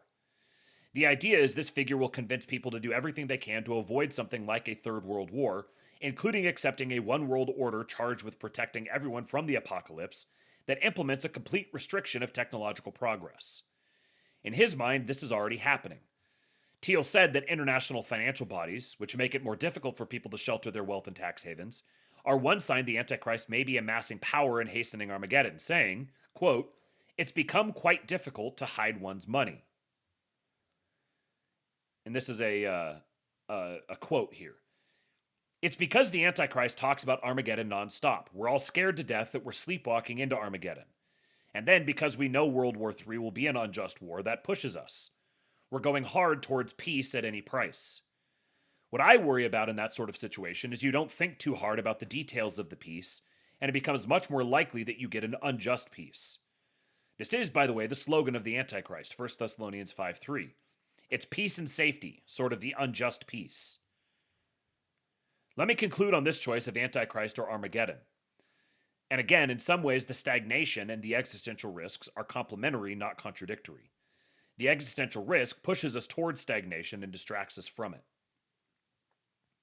How does Thiel think Armageddon will happen? Thiel rarely gives a definitive answer about who exactly the Antichrist might be or how Armageddon might come about. A central point across his lectures is that nothing is written in stone or inevitable. But he does give the contours of what a global conflict that could lead to Armageddon might look like. There's all sorts of different ways, one world or none, Antichrist or Armageddon, that I'm tempted to think about this. And here's one sort of application. In terms of how does one think about the current geopolitical moment? How does one think about the nature of the conflict between the United States and China, the West and China? You don't really know how it's going to go. You can ask, are we headed for World War III or Cold War II? And if you sort of reflect on the history of the two world wars and the first Cold War, but first, if there ever was an unjust war, World War I is an unjust war. If there ever was a just war, World War II was probably a just war, with certain caveats. I wonder what those caveats would be there, Mr. Thiel. World War I is really insane. World War II is about as justified as a war can be. I think we can say that if you had an all-out World War III, or war between nuclear powers involving nuclear weapons, it would simply be an unjust war. A total catastrophe, possibly literal Armageddon, the end of the world. So World War III will be an unjust war. But then if you have a Cold War, you have to distinguish between, can you have a just peace and an unjust peace? So you can see his logic here. He's like, you have the first two world wars, one was unjust, one was just, but we know that the third one will definitely be unjust. So if we're choosing between peace, is there a difference between a just peace and an unjust peace? Interesting here that nuclear powers involving nuclear weapons, this is Armageddon, this is an unjust war, very aligned with the president on that point. Isn't that interesting? Somehow it's very strange how the first Cold War from 49 to 89 ended. But it ended with roughly what I think of as a just peace, where somehow you didn't have a nuclear war. And somehow our side, which I think was more the good side, basically won. And you ended up not with a perfect peace, but more or less a just peace. And so if we have World War III, it will be an unjust war. If we have Cold War II, maybe it can end in a just peace or an unjust peace. Reflecting on this material and thinking about it, it's obviously not written in stone, and there's a lot of different ways this stuff can go. But I keep thinking that if you had to put odds on it, aren't the odds that we're trending towards the fourth quadrant this time? The fourth possibility that Cold War II will end an unjust peace. Thiel denotes a large section of his second lecture to a quote from the book of Daniel that involves a prophecy about the end times, which he equates to modern advances in technology and globalization. He says, let's go on to many shall run to and fro and knowledge shall be increased. It means science progressing, technology improving, globalization, people traveling around the world. Of course, in some sense, I think these things, I'm not sure they're completely inevitable, but there is some direction to it, where there's a linear progression of knowledge and something like globalization that happens. But of course, the details matter a lot. Knowledge increasing, science progressing, technology improving can be a very good thing. No disease, death, protect people from natural disasters. Then, of course, we can destroy ourselves with nuclear weapons, bioweapons, etc. And similarly, globalization is, you have trades in goods and services. There's certain ways to escape from tyrannical governments. And of course, there is danger in the one world state of the Antichrist. As the Antichrist is synonymous with a one world state for Thiel, he also believes that international bodies, including the United Nations and the International Criminal Court, hasten the coming of Armageddon. Throughout his lectures, he warns of what he sees as the danger of these bodies and the harms they have already caused. So he says international bodies are hastening the coming of Armageddon to create the justification for the rise of the Antichrist. In the following quotes, he laments the actions of the International Criminal Court. Quote, they've started arresting more and more people. Rodrigo Duterte, the former president of the Philippines, was arrested this year. They had arrest warrants out for Netanyahu and Gallant. When I met Netanyahu early in 2024, about a year and a half ago, we talked about what he's doing in Gaza, and the one-liner he had was, I can't just Dresdenize Gaza. You can't just firebomb them. So it's like, come on, I'm less of a war criminal than Winston Churchill. Why am I in so much trouble?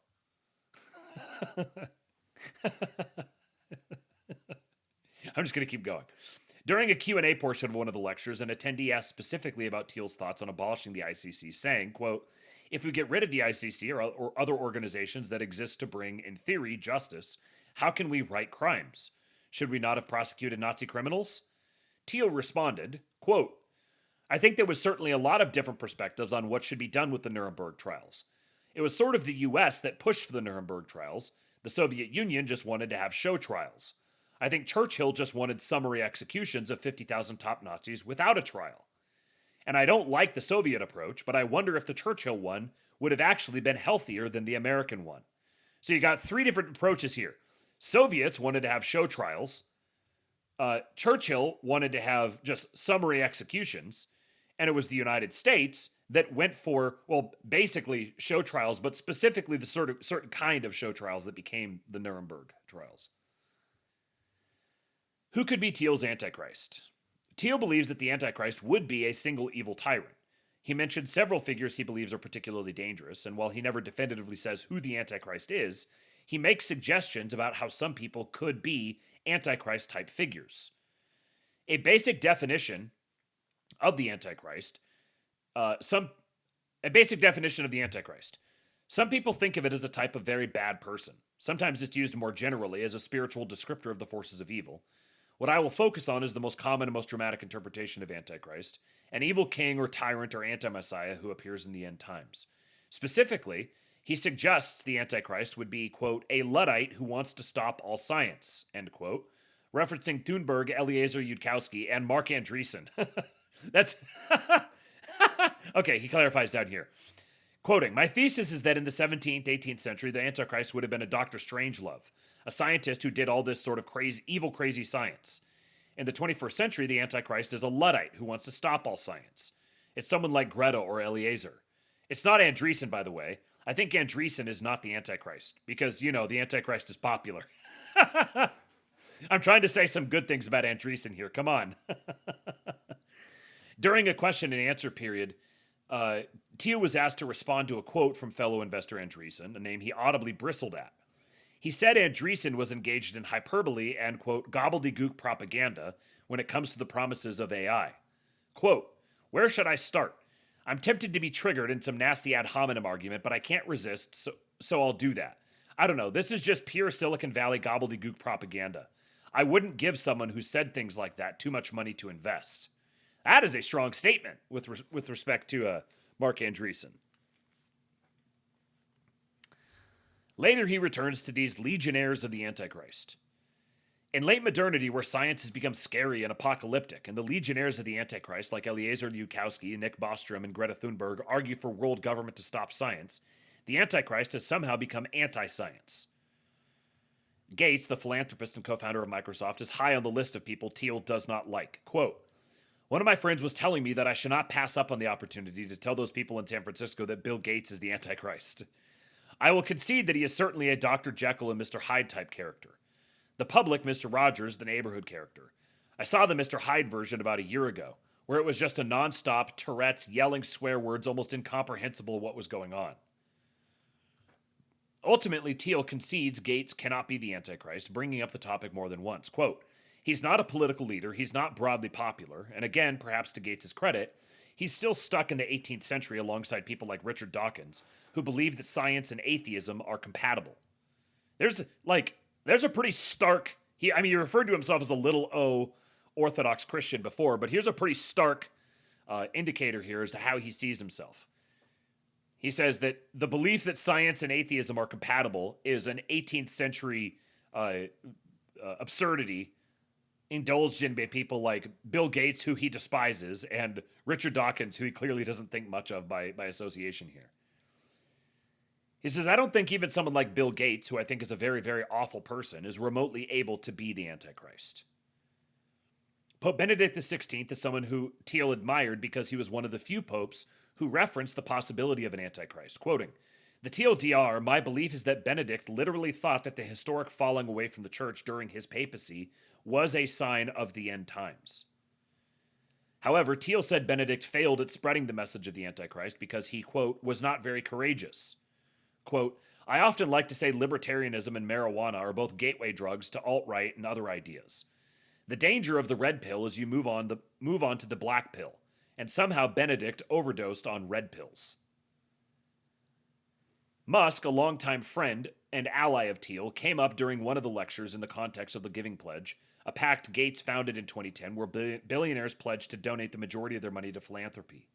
Here is Thiel recapping the conversation. Quote, if I had to pick a little bit on Elon, and I'm going to pick on him because I think of him as one of the smarter, more thoughtful people, this is a conversation I had with him a few months ago, and it was like, I want you to unsign that silly Giving Pledge you signed back in 2012, where you promised to give away half your money. You have like $400 billion. Yes, you gave $200 million to Mr. Trump, but $200 billion, if you're not careful, is going to left-wing nonprofits that will be chosen by Bill Gates.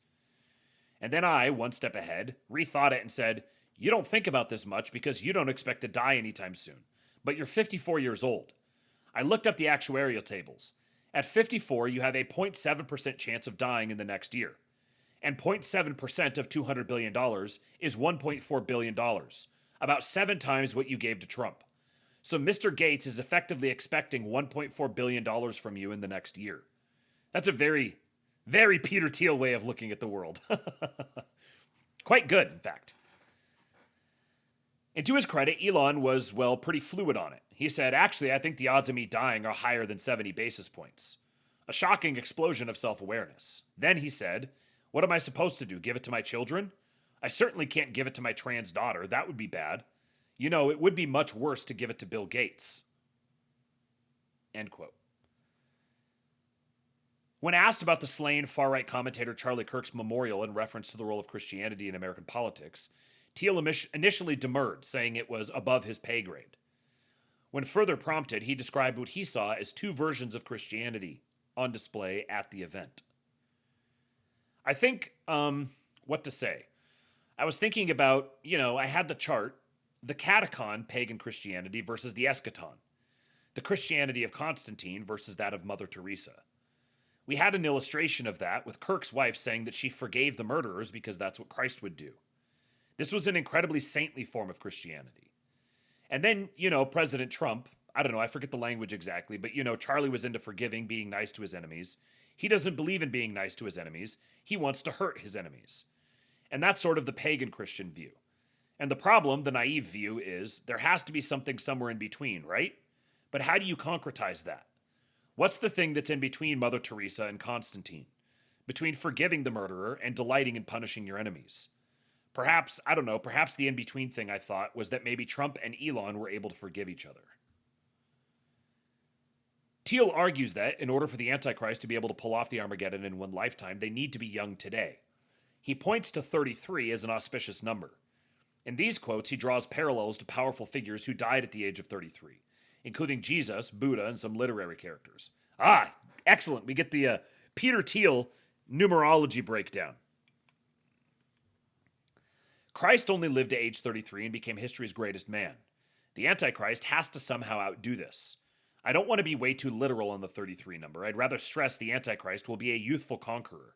Maybe in our gerontocracy, 66 is the new 33. But something like these numbers do occur almost mystically through a number of different contexts.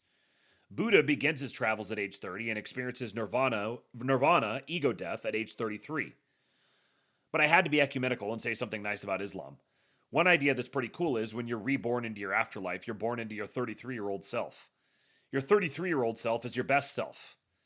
Livy's, the Roman historian's 33rd chapter of the 33rd book, it announces this 33-year-old conqueror. It's like Alexander at the peak of his power. Or even in Tolkien, the hobbits have a coming-of-age ceremony at 33. That's how old Frodo is when he inherits the ring. By the same token, people who are older cannot be Thiel's Antichrist. Here Thiel gives some examples. Trajan, a Roman emperor, wept when he reached the Persian Gulf in AD 115 at the age of 65. He's too old to beat Alexander the Great's achievements in India. He dies 2 years later. Hitler is 50 by the time World War II starts. He mimetically loses to Napoleon, who's only 30 when he became the first consul of the French Republic. That goes on to the same problem for a 70-something Xi Jinping. Racist, sexist, nationalist, maybe the second coming of Hitler, but not even the second coming of Genghis Khan. Past the sell-by date. He frequently oscillates between talking about the Antichrist and the catechon, a term very briefly used in the Bible that refers to something... Welcome to the Gulag.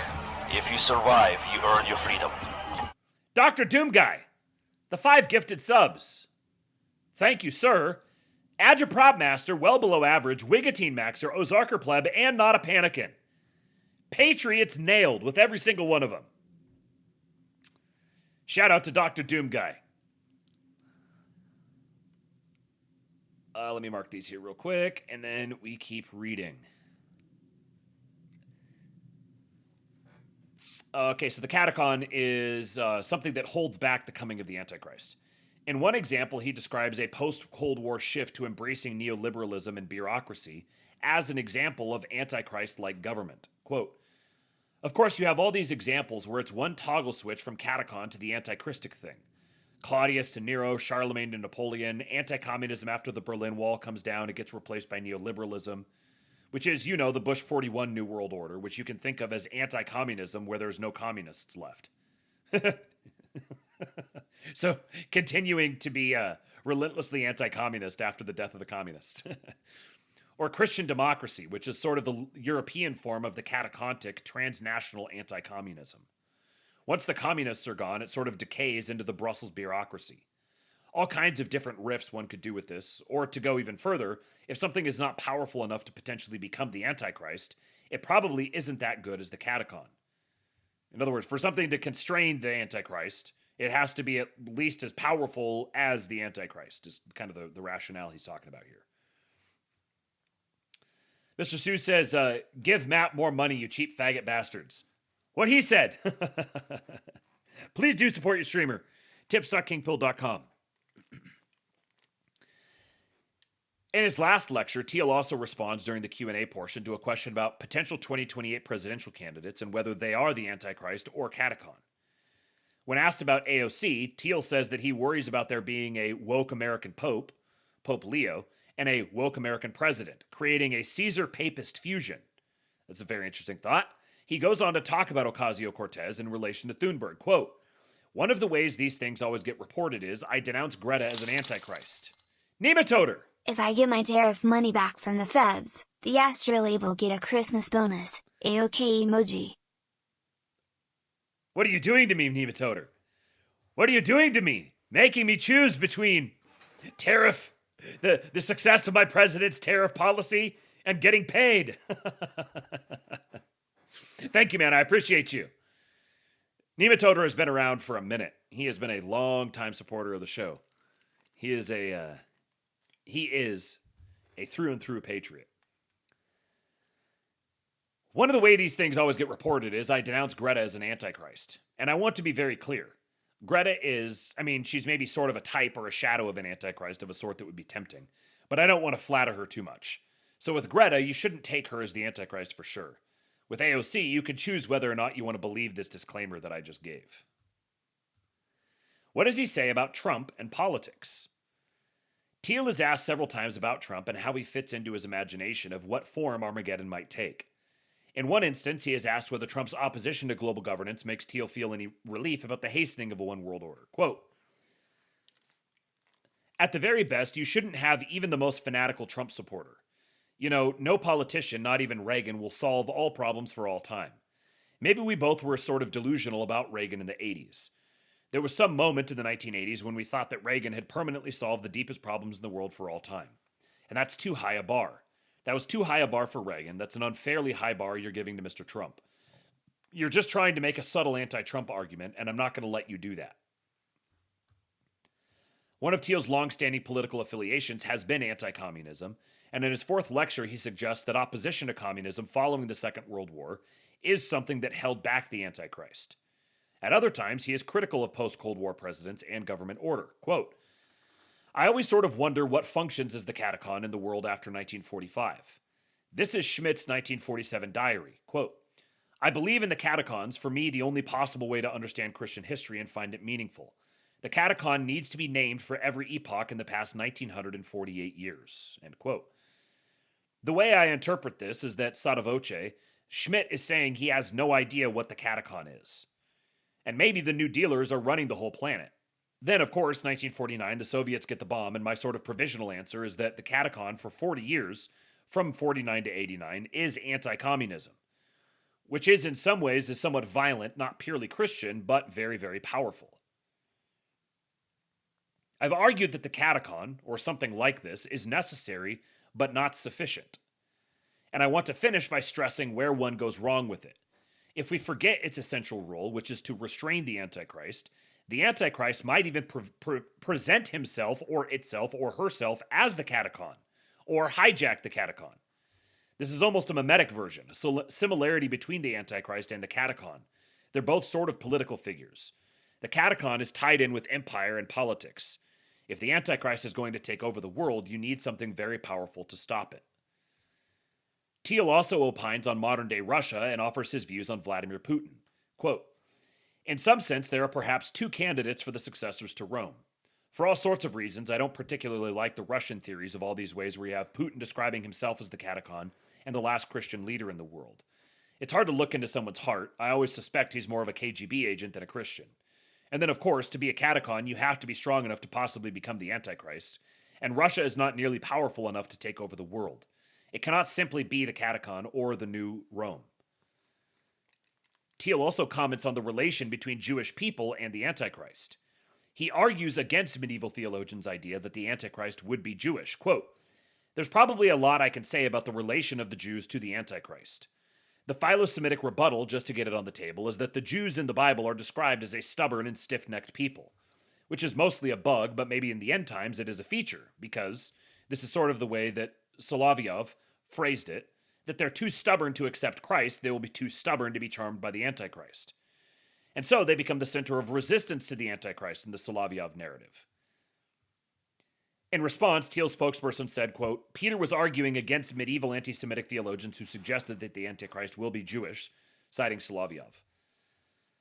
Thiel's final lecture dedicates... Okay, so now that part I was going to mention.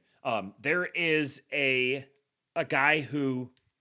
The name is escaping me right now. I didn't think of it until just now when I'd started reading this article, but there's a guy who I believe he is one of the Republican congressional candidates, one of the new young guys. He's a former minister. He is very, very pro-Israel, and he also has a talk that I've bookmarked to listen to where he makes the case that the Antichrist will be Jewish.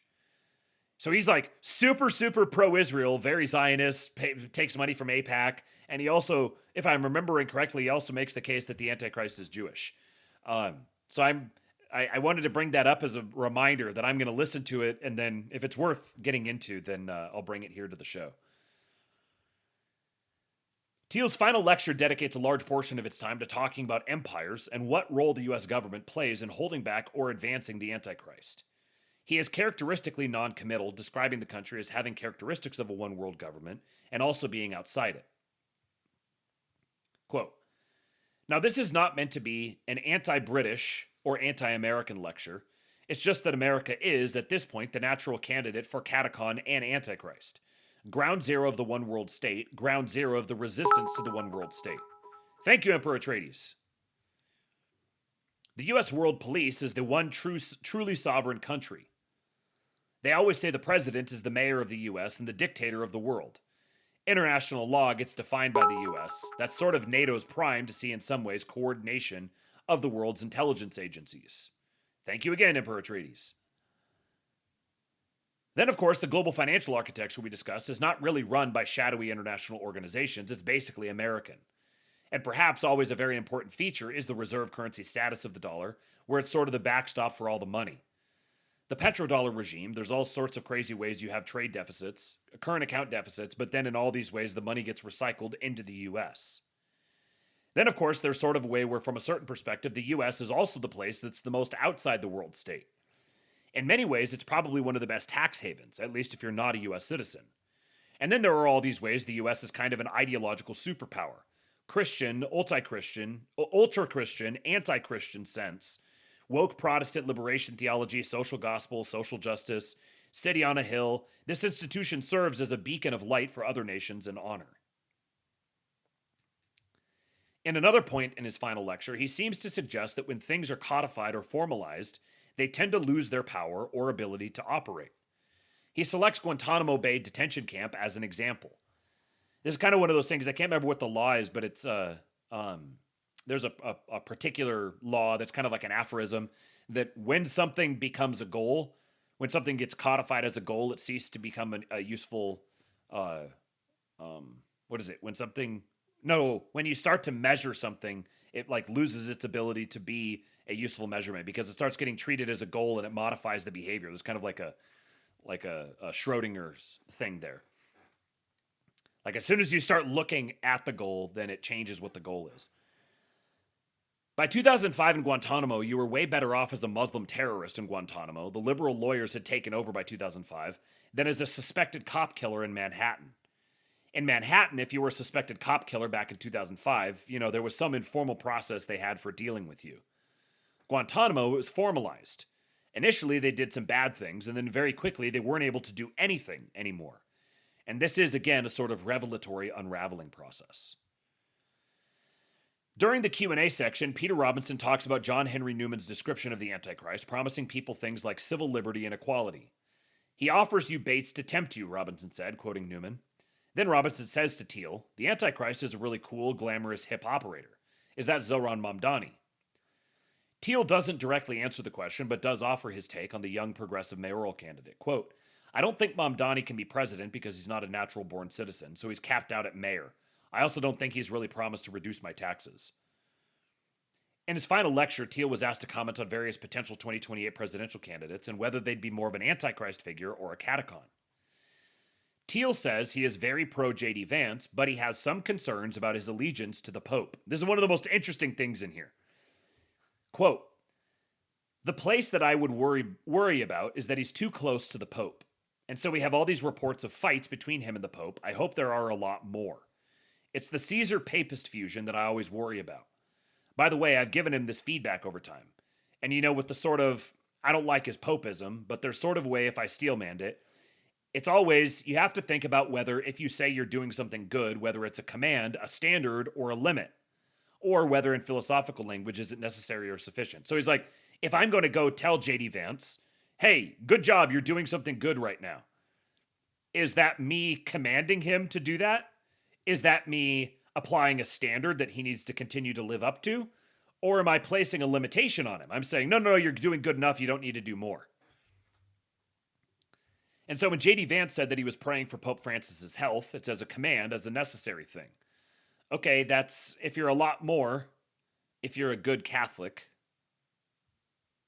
I don't know what that sentence is supposed to mean. It gets wonky when you're transcribing someone talking, especially someone who starts and then restarts sentences as much as Peter Thiel does, and who throws in parentheticals like he does. But what I hope it really means is that it's sufficient, and that he's setting a good example for conservative Catholics like you, Peter, who listen to the Pope too much. And perhaps all you have to do to be a really good Catholic is pray for the Pope. You don't really need to listen to him on anything else. And if that's what J.D. Vance is doing, that's really good. I'm worried about the Caesar-Papist fusion. Thiel also spoke about San Francisco and his views on Gavin Newsom, the California governor. Quote, I would say that if we go to the catacontic thing, and the U.S. is that, tech and politics are radically separate. Silicon Valley is really, really separate from D.C. in an extreme way. If these things could be fused, someone like that perhaps represents a way to do it. That's the part where, if there was some way to, he was the governor of California, he was the mayor of San Francisco. In a way, San Francisco is more important than California. The world city is more important than just this sort of silly province called California. And if you could fuse Washington and San Francisco, that's a very dangerous thing. It's sort of in a way the last precedent where such a fusion of sorts happened. I think it was FDR with New York and DC, so that's the piece that would be tricky. And by the way, these things have been very, very unfused historically. Back in 2008, one of my liberal friends was trying to get 75 tech-type people to endorse Obama, and they got like 68 or 69 and thought maybe they could get me. I told them, man, if there are only 6 or 7, you want to be in the minority. It's more valuable to be one of the 7 than one of the 68. And then his counterpoint was, well, we need to get all on board with Obama because he's going to win and then we'll have an influence. And then the really crazy, and then in a way, Obama, if you think about the primary in 2008, the Democratic primary, Obama had the students, the minorities, the young people. Hillary was the finance world in New York, the unions. Hollywood was sort of split 50-50 between Obama and Hillary. But Silicon Valley was the one sector of the economy that went all in for Obama. But it didn't work at all. And then if you fast forward to the Obama cabinet, there were 0 people from Silicon Valley. There was no representation at all. And so even Obama was very far from anything resembling a fusion. And then the question is whether Newsom will be like that or different.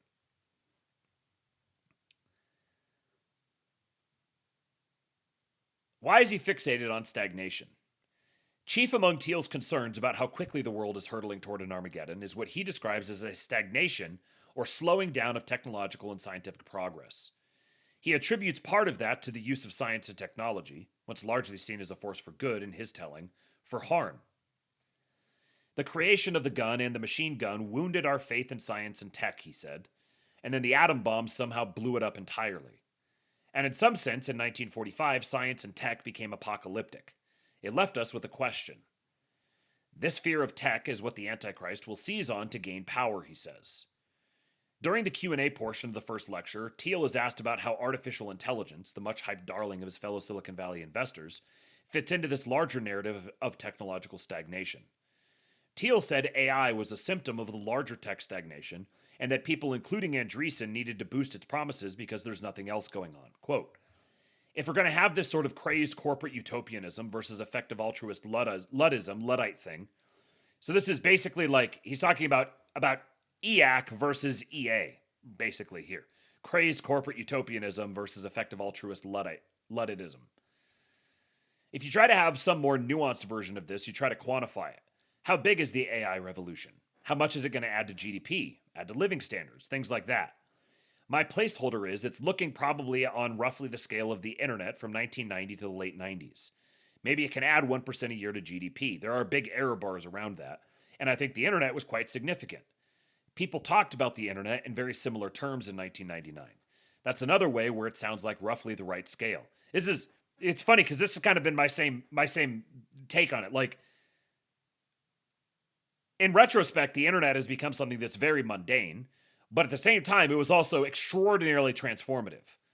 You think about everything downstream of the existence of the internet that's come online, pardon the pun, over the last 30 or 40 years.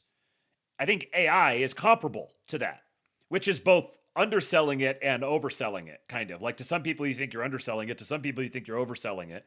To me, I think the wild, crazy wish casting about it is misplaced utopianism, but it's also, I think, the people who just hand wave it are also wrong.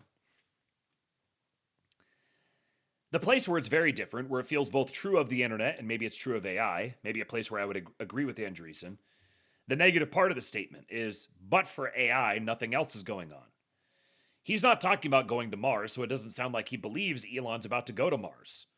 I think there's a negative part. If AI was not happening, wow, we are really stuck. Things are really stagnant. And maybe that's why people have to be so excited about this one specific vector of technological progress. Because outside of that, to a first approximation, things are totally stagnant. Maybe even the internet has run out of steam, but for AI. So that's another framing. Now, the thing that strikes me is very different from 1999. If I had to give a difference, again, I'm too anchored and rooted in the late 90s. But the late 90s, it was broadly optimistic. And there were a lot of people who thought about it just like Andreessen does. Nobody feels that personally. You can't start a .com company from your basement in Sacramento. You can't start an AI company. You have to do it in San Francisco. You have to do it in Silicon Valley. It has to be at an enormous scale. Most things aren't big enough. And then there are layers and layers and layers where it feels incredibly non-inclusive. Maybe people just updated from the internet because maybe the internet turned out to have a lot of winner-take-all dynamics. In one of the lectures, Thiel plays a video of a 60 Minutes segment about a German law that cracks down on online hate speech. He's trying to show an example of where tech regulation goes too far, hence giving power to the Antichrist. Quote, this kind of video is ridiculous, but of course indicative of this larger trend. There's this crazy judge in Brazil who's arresting everybody. Australia has more or less ended internet anonymity with age verification required for all social media. The UK is arresting 30 people a day for offensive speech. I'm sort of always in favor of maximal free speech, but my one concrete test is whether I can talk about the Antichrist. If I can't, that's too restrictive. In his fourth lecture, he also suggests that his beliefs about the end of the world informed his own work in tech at companies such as PayPal. Quote, I was working at PayPal at the time trying to build the technology to evade these policies of the world's powers and principalities. So it was natural to think about the Antichrist in the context of the world of financial architecture. I'll still defend PayPal as more good than bad. So interesting that he's saying that the reason why he did everything that he did with PayPal was specifically to try to subvert the globalist financial institutions. Thiel peppered his lectures with references to pop culture, calling out YouTube influencers like Mr. Beast, and throwing out terms like libtard, a right-wing slur for people with progressive political views. Sometimes these references pertain to the Antichrist. At other times, Thiel was just giving his views on politics, modern society, and Silicon Valley, like here. Quote, the Succession TV show about the Murdochs is unthinkably retro in Silicon Valley. Only a 20th century media company could be handed off to someone's children. If you think about the tech companies, I don't know, would anybody name a company after themselves? The last tech person who did this was, I think, Dell in the mid-1980s. This is like if you're a retro Republican from Texas. It's so unthinkable to do this. In his second lecture, Thiel also explores the idea of the Antichrist through 4 works of literature: Francis Bacon's New Atlantis, Jonathan Swift's Gulliver's Travels, Alan Moore's Watchmen graphic novel, and Eiichiro Oda's manga series, One Piece. Thiel states that identifying the Antichrist is possibly hard to do in the present and always sort of controversial, but that you at least identify the Antichrist in literature. He describes the plot of Watchmen, a 1986 graphic novel, involving superheroes grappling with moral questions about humanity against the backdrop of impending nuclear war. Quote, "The anti-hero Ozymandias, the Antichrist-type figure, is sort of an early modern person. He believes this will be a timeless and eternal solution." You might even call it a final solution. "Eternal world peace."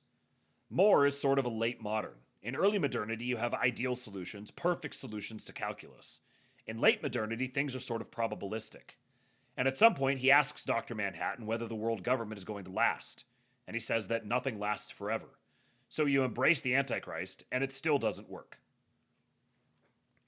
Thiel later finds biblical meaning in the manga One Piece, discussing how he believes it represents a future where an Antichrist-like one-world government has repressed science. He believes that the hero, Monkey D. Luffy, represents a Christ-like figure. In One Piece, you are set in a fantasy world, again sort of an alternate Earth, but it's 800 years into the reign of this one-world state, which, as the story unfolds, gradually gets darker and darker. You sort of realize, in my interpretation, who runs the world, and it's something like the Antichrist. There's Luffy, a pirate who wears a red straw hat, sort of like Christ's crown of thorns, and then, towards the end of the story, transforms into a figure who resembles Christ in Revelation. Thiel, along with a researcher and writer at Thiel Capital, explored these ideas at greater length in an essay for the religious journal First Things earlier this month. Do Thiel's arguments make sense? In a word, no. For one representative example, look to his muddled, contradictory summation of who the Antichrist may be. Quote, "There is a way to think that the Antichrist represents the end of philosophy, culmination, termination. He is the individual who gets rid of all individuals, the philosopher who ends all philosophers, the Caesar who ends all rulers, the person who understands all secrets. How is this possible in late modernity, where we don't believe a philosopher king, tyrant, or ruler can come to power?"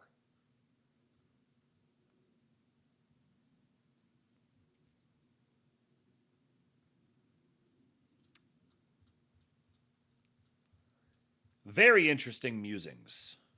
Very, very interesting. It's interesting. Like I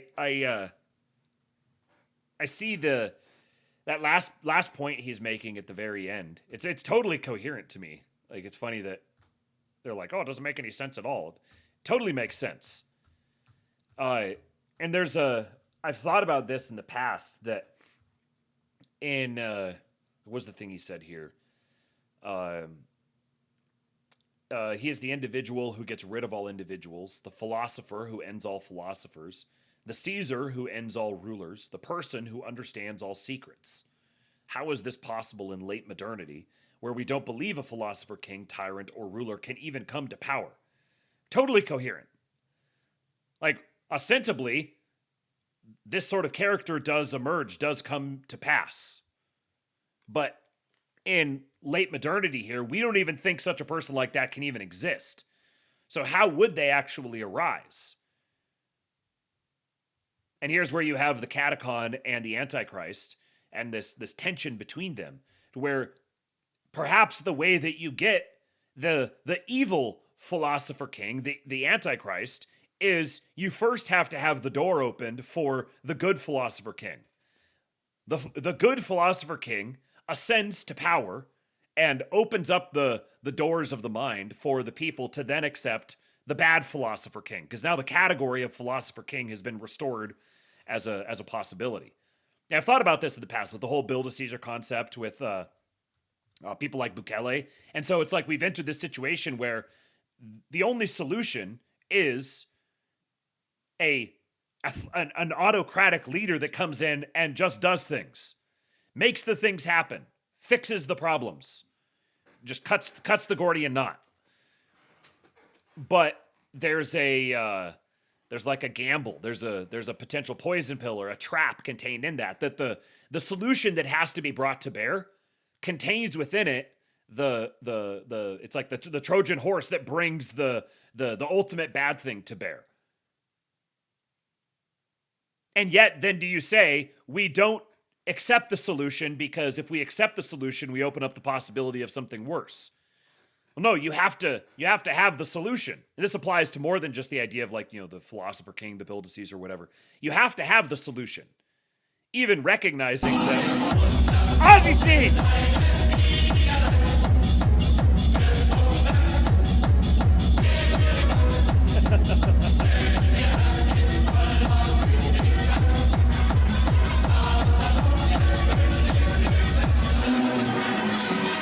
Trump is building walls like an Attack on Titan, and now Thiel is finding biblical meaning in One Piece? Great time to be a MAGA weeb. Well, you see, I am not the least bit weebish, so I'm glad that those references are meaningful to you. Thank you for the tip, Ozzy. Yeah, no, I think this is just part of the tension of humanity. And I've had a whole long rant I've gone into in the past. I don't have the voice or the energy left to do it today, but the Tower of Babel as representing the cycle of empire that humans go through. And because there is that cyclical pattern, the rise and fall of empires represents this cyclical pattern that happens. But in the same sense, like each empire is different than the last. And you see in the scattering, the devolution into confusion that happens after the Tower of Babel is the same way that every single attempt to build an empire like this ultimately crashes and burns and falls under its own weight. But this is kind of the eternal return of humanity. Is we build and build and build and build and build. We begin worshiping ourselves more and more and more and more and more, and then we get hoisted on our own petard. Our hubris becomes our downfall, and everything collapses. But it like collapses down to a new and different level, and then we build and build and build and build and build. Hubris, petard, collapses to a new level. We build and build and build and build, and so on. There's something that is like theoretically infinite about this. We could continue through this cycle for millennia more, and we would be in the end times. The end times begins at the cross, so we live in the end times now. Who knows how long the end times is going to last? Maybe we're at the end now. But every single generation has thought that they live at the end of time. Once upon a time, the known world extended out to, like just beyond the Levant, kind of. Then it was just the old world. Now we have the new world. Next we have space.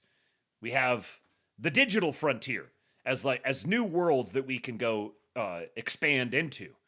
So I still see humanity as having is still being quite early in its life cycle, so to speak, while also recognizing that the end could come at any time.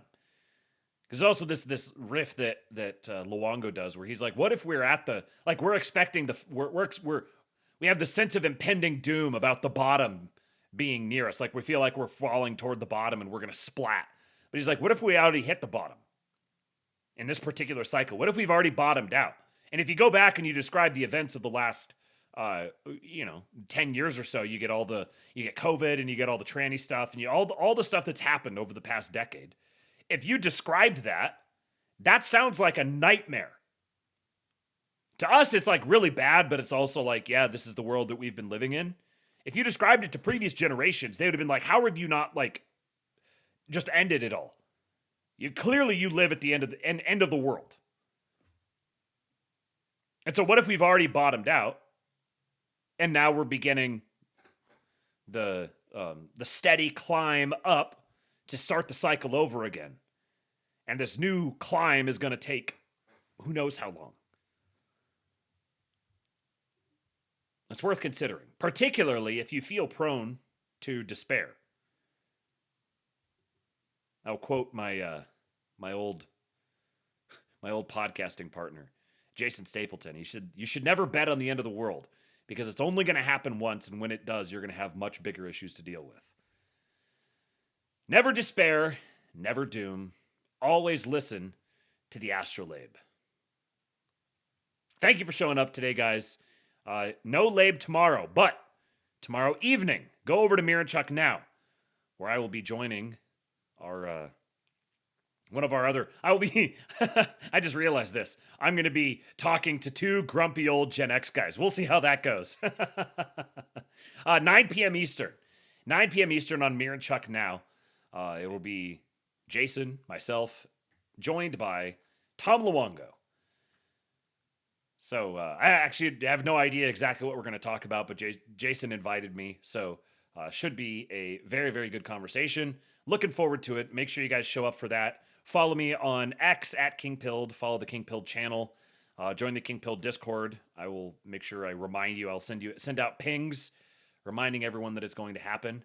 Please do contribute to the tip goal. You can do it anytime if you're part of the Replay Gang later, just like Column Rush.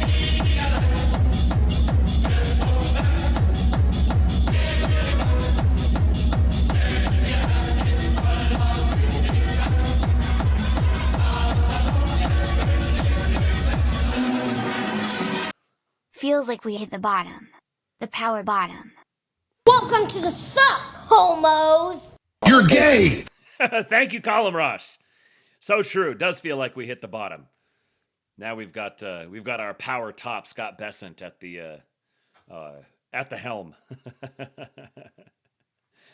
Yes, just like Column Rush. Anytime if you're part of the Replay Welcome Gang to the later Gulag. on, If you survive, you earn your freedom. you can contribute then as well. Dr. Doom Guy with 5 more gifted subs. Omega Gamma, Willing Always, No Caps Lat, Ghost 345, Mrs. Top Down. I know a couple of those names. Thank you, Dr. Doom Guy. You, sir, are top tier, S tier patriot. Thank you to all of you guys for your contributions. I'm glad that I ended up doing a show today. And I'll be back on Thursday for another Labe. I'll be on Jason's channel tomorrow evening. And you should go join the KingPill Discord. Come join us. You won't regret it. At least give it a month. Just give it a month. See what you think. See if it's worth it. You're not going to hurt my feelings. If you show up for a month and then leave, people do that from time to time. You know, it's just not, it doesn't fit into their daily cycle of things. But if you can make it happen, you won't regret it. It is a place filled with patriots. It's a good way to stay up to date on everything that's happening without having to try to follow the timeline yourself. And you will be making, hopefully, friends that will last for a very long time. All right, well, I'm going to go get myself some sleep, so I will catch you guys tomorrow. Make sure you go download the EWBSX app and listen to a little EWBSX carry you out through your afternoon and evening, wherever you are. I will see you guys tomorrow evening over on the Miranchuk Now YouTube channel. For now, I leave you with Hulk. When they took a shot at my hero, and they tried to kill the next president of the United States, enough was enough, and I said,